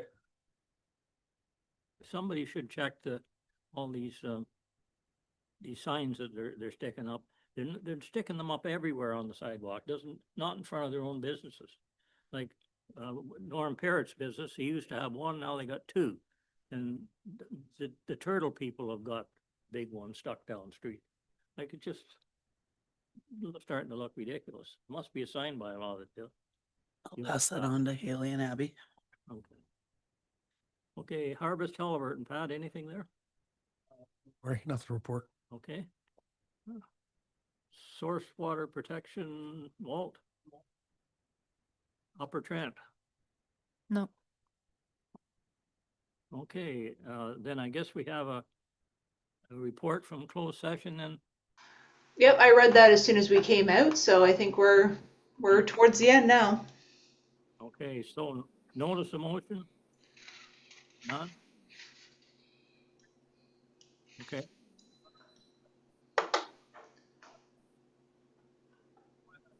Carm, I can't hear you. I don't know if your mic's not working or. Sorry, Mallory. That's I'd like okay. to revisit the road maintenance classification standards. And why that is, like Bob said earlier, we class roads as a class 6, but then we get treated as a class 5. I think we need to class some road, for example, roads we don't maintain, the Peterson, stuff like that. We need to give them a classification. Oh, they're So, yes, so I think we need to revisit that and at some point here and give a road that we're not doing any work to a classification that it gets, I don't know. It's on the radar. Yes. Because we need that, Oops, sorry. because we need that to take over roads. We have to have them a roads classification to assume them. And if we can't assume them with a minimum standard, then we have to do something different. What were you going to ask me, Mel? I was just going to ask the name of that actual policy. Is it The service level standard. service level standard? Yeah. And minimum maintenance standards, sorry. Minimum, yeah, maintenance. Or maybe the service level policy, but we can forward that to. So I'll just say a report on the minimum maintenance standards. If we have a seconder on Carm's notice. Pat, perfect. So I've said, be it resolved that council directs staff to return with a report on minimum maintenance standards, if that works. Carmen, yeah.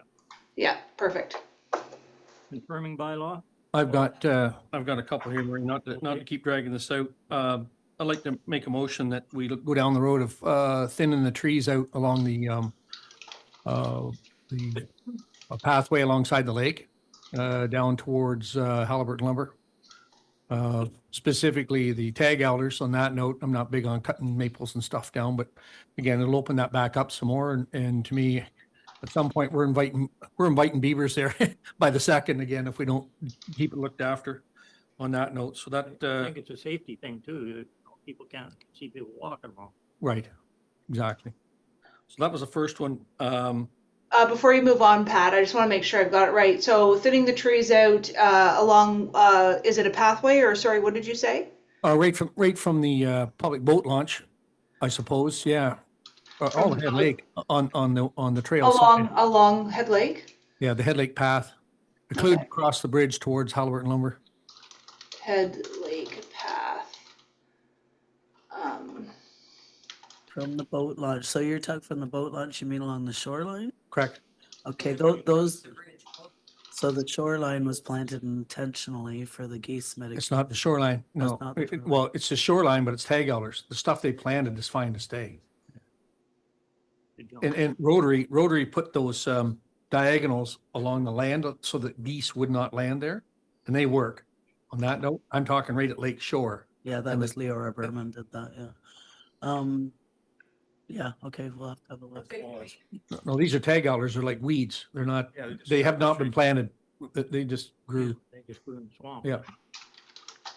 So I've got, just before we move on, just to make sure we've got to support it, I've got be resolved that, and Tamara, let me know if it needs to be in this sort of resolution, but be resolved that council directs staff to return with a report. Do we need to return to, okay, on thinning tag alders out along the Head Lake path from the boat launch to Emerson Lumber? Is that a good way of saying it? Halliburton Lumber. Sorry, Halliburton. Yeah, I've got that. Halliburton Lumber. Part of that's county roads off the, yeah, we'll have to look at where we'll have a review and come back with a report. So we've got Pat moving that. Does someone second? Yeah, very well. Barry, okay. And then Pat, sorry, you can move on now. Yeah. Oh, your mic's not on, sorry. Sorry, just making sure that we're getting the no parking painted on those areas in town in front of Cenotaph and the Outdoors Plus. In those critical areas where, people are parking, and I think we talked about doing this last fall, and they might be in the works of doing that right now. I'm not sure, but just want to make sure it's getting done. Yeah, Pat, do you mind sending, with the ones that you've noted, we've been doing that with, we send Dave Coulter reminders on certain areas. So are you able to do that? Send him a note? Can do that. Yeah, because I believe he's, instead of, we don't have to have a resolution for that, but he's the one in contact with our line painters right now. So he's the best contact.